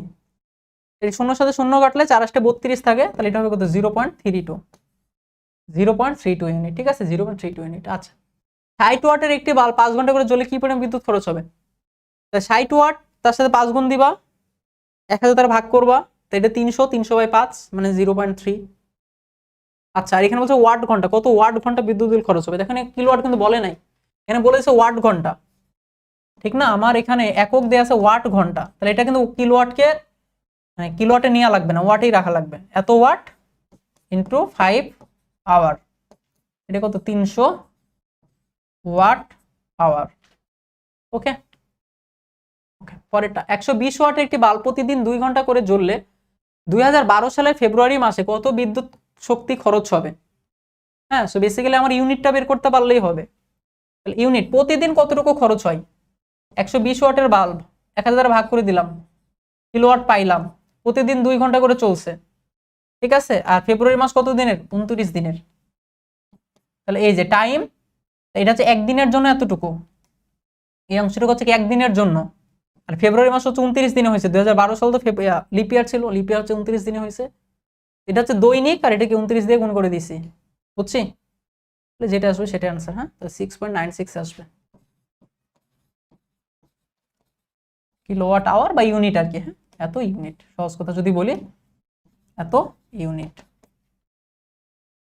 ওকে আমরা বুঝলাম আর কি। আচ্ছা কোনটি কম্পিউটারের সাথে যুক্ত থাকে? সো আমরা জানি কম্পিউটারের সাথে যুক্ত থাকে ইউপিএস, ঠিক আছে? ইউপিএস হচ্ছে কম্পিউটারের সাথে যুক্ত থাকে। আচ্ছা সো দেখতে দেখতে আমরা ক্লাসের একদম শেষে চলে আসছি। তো এই হচ্ছে মোটামুটি আমাদের আজকের ক্লাস এই পর্যন্তই ছিল। তাহলে দেখো পুরোপুরি বেসিক থেকেই কিন্তু আমি পড়ানোর চেষ্টা করছি, প্রত্যেকটা টপিক আমি ধরে ধরে তোমাদেরকে পড়াইছি, সিকিউ এমসিকিউ আমি সলভ করছি, যেন তোমরা এখন যে কোনো সিকিউ এমসিকিউ সলভ করতে গেলে তোমার মনে হবে হ্যাঁ ভাই এটা পড়াইছে। তো এখন জাস্ট তোমার এতটুকুই কাজ যে তুমি একটু আরেকটু প্র্যাকটিস করো, ইনশাআল্লাহ অনেক ভালো করবা।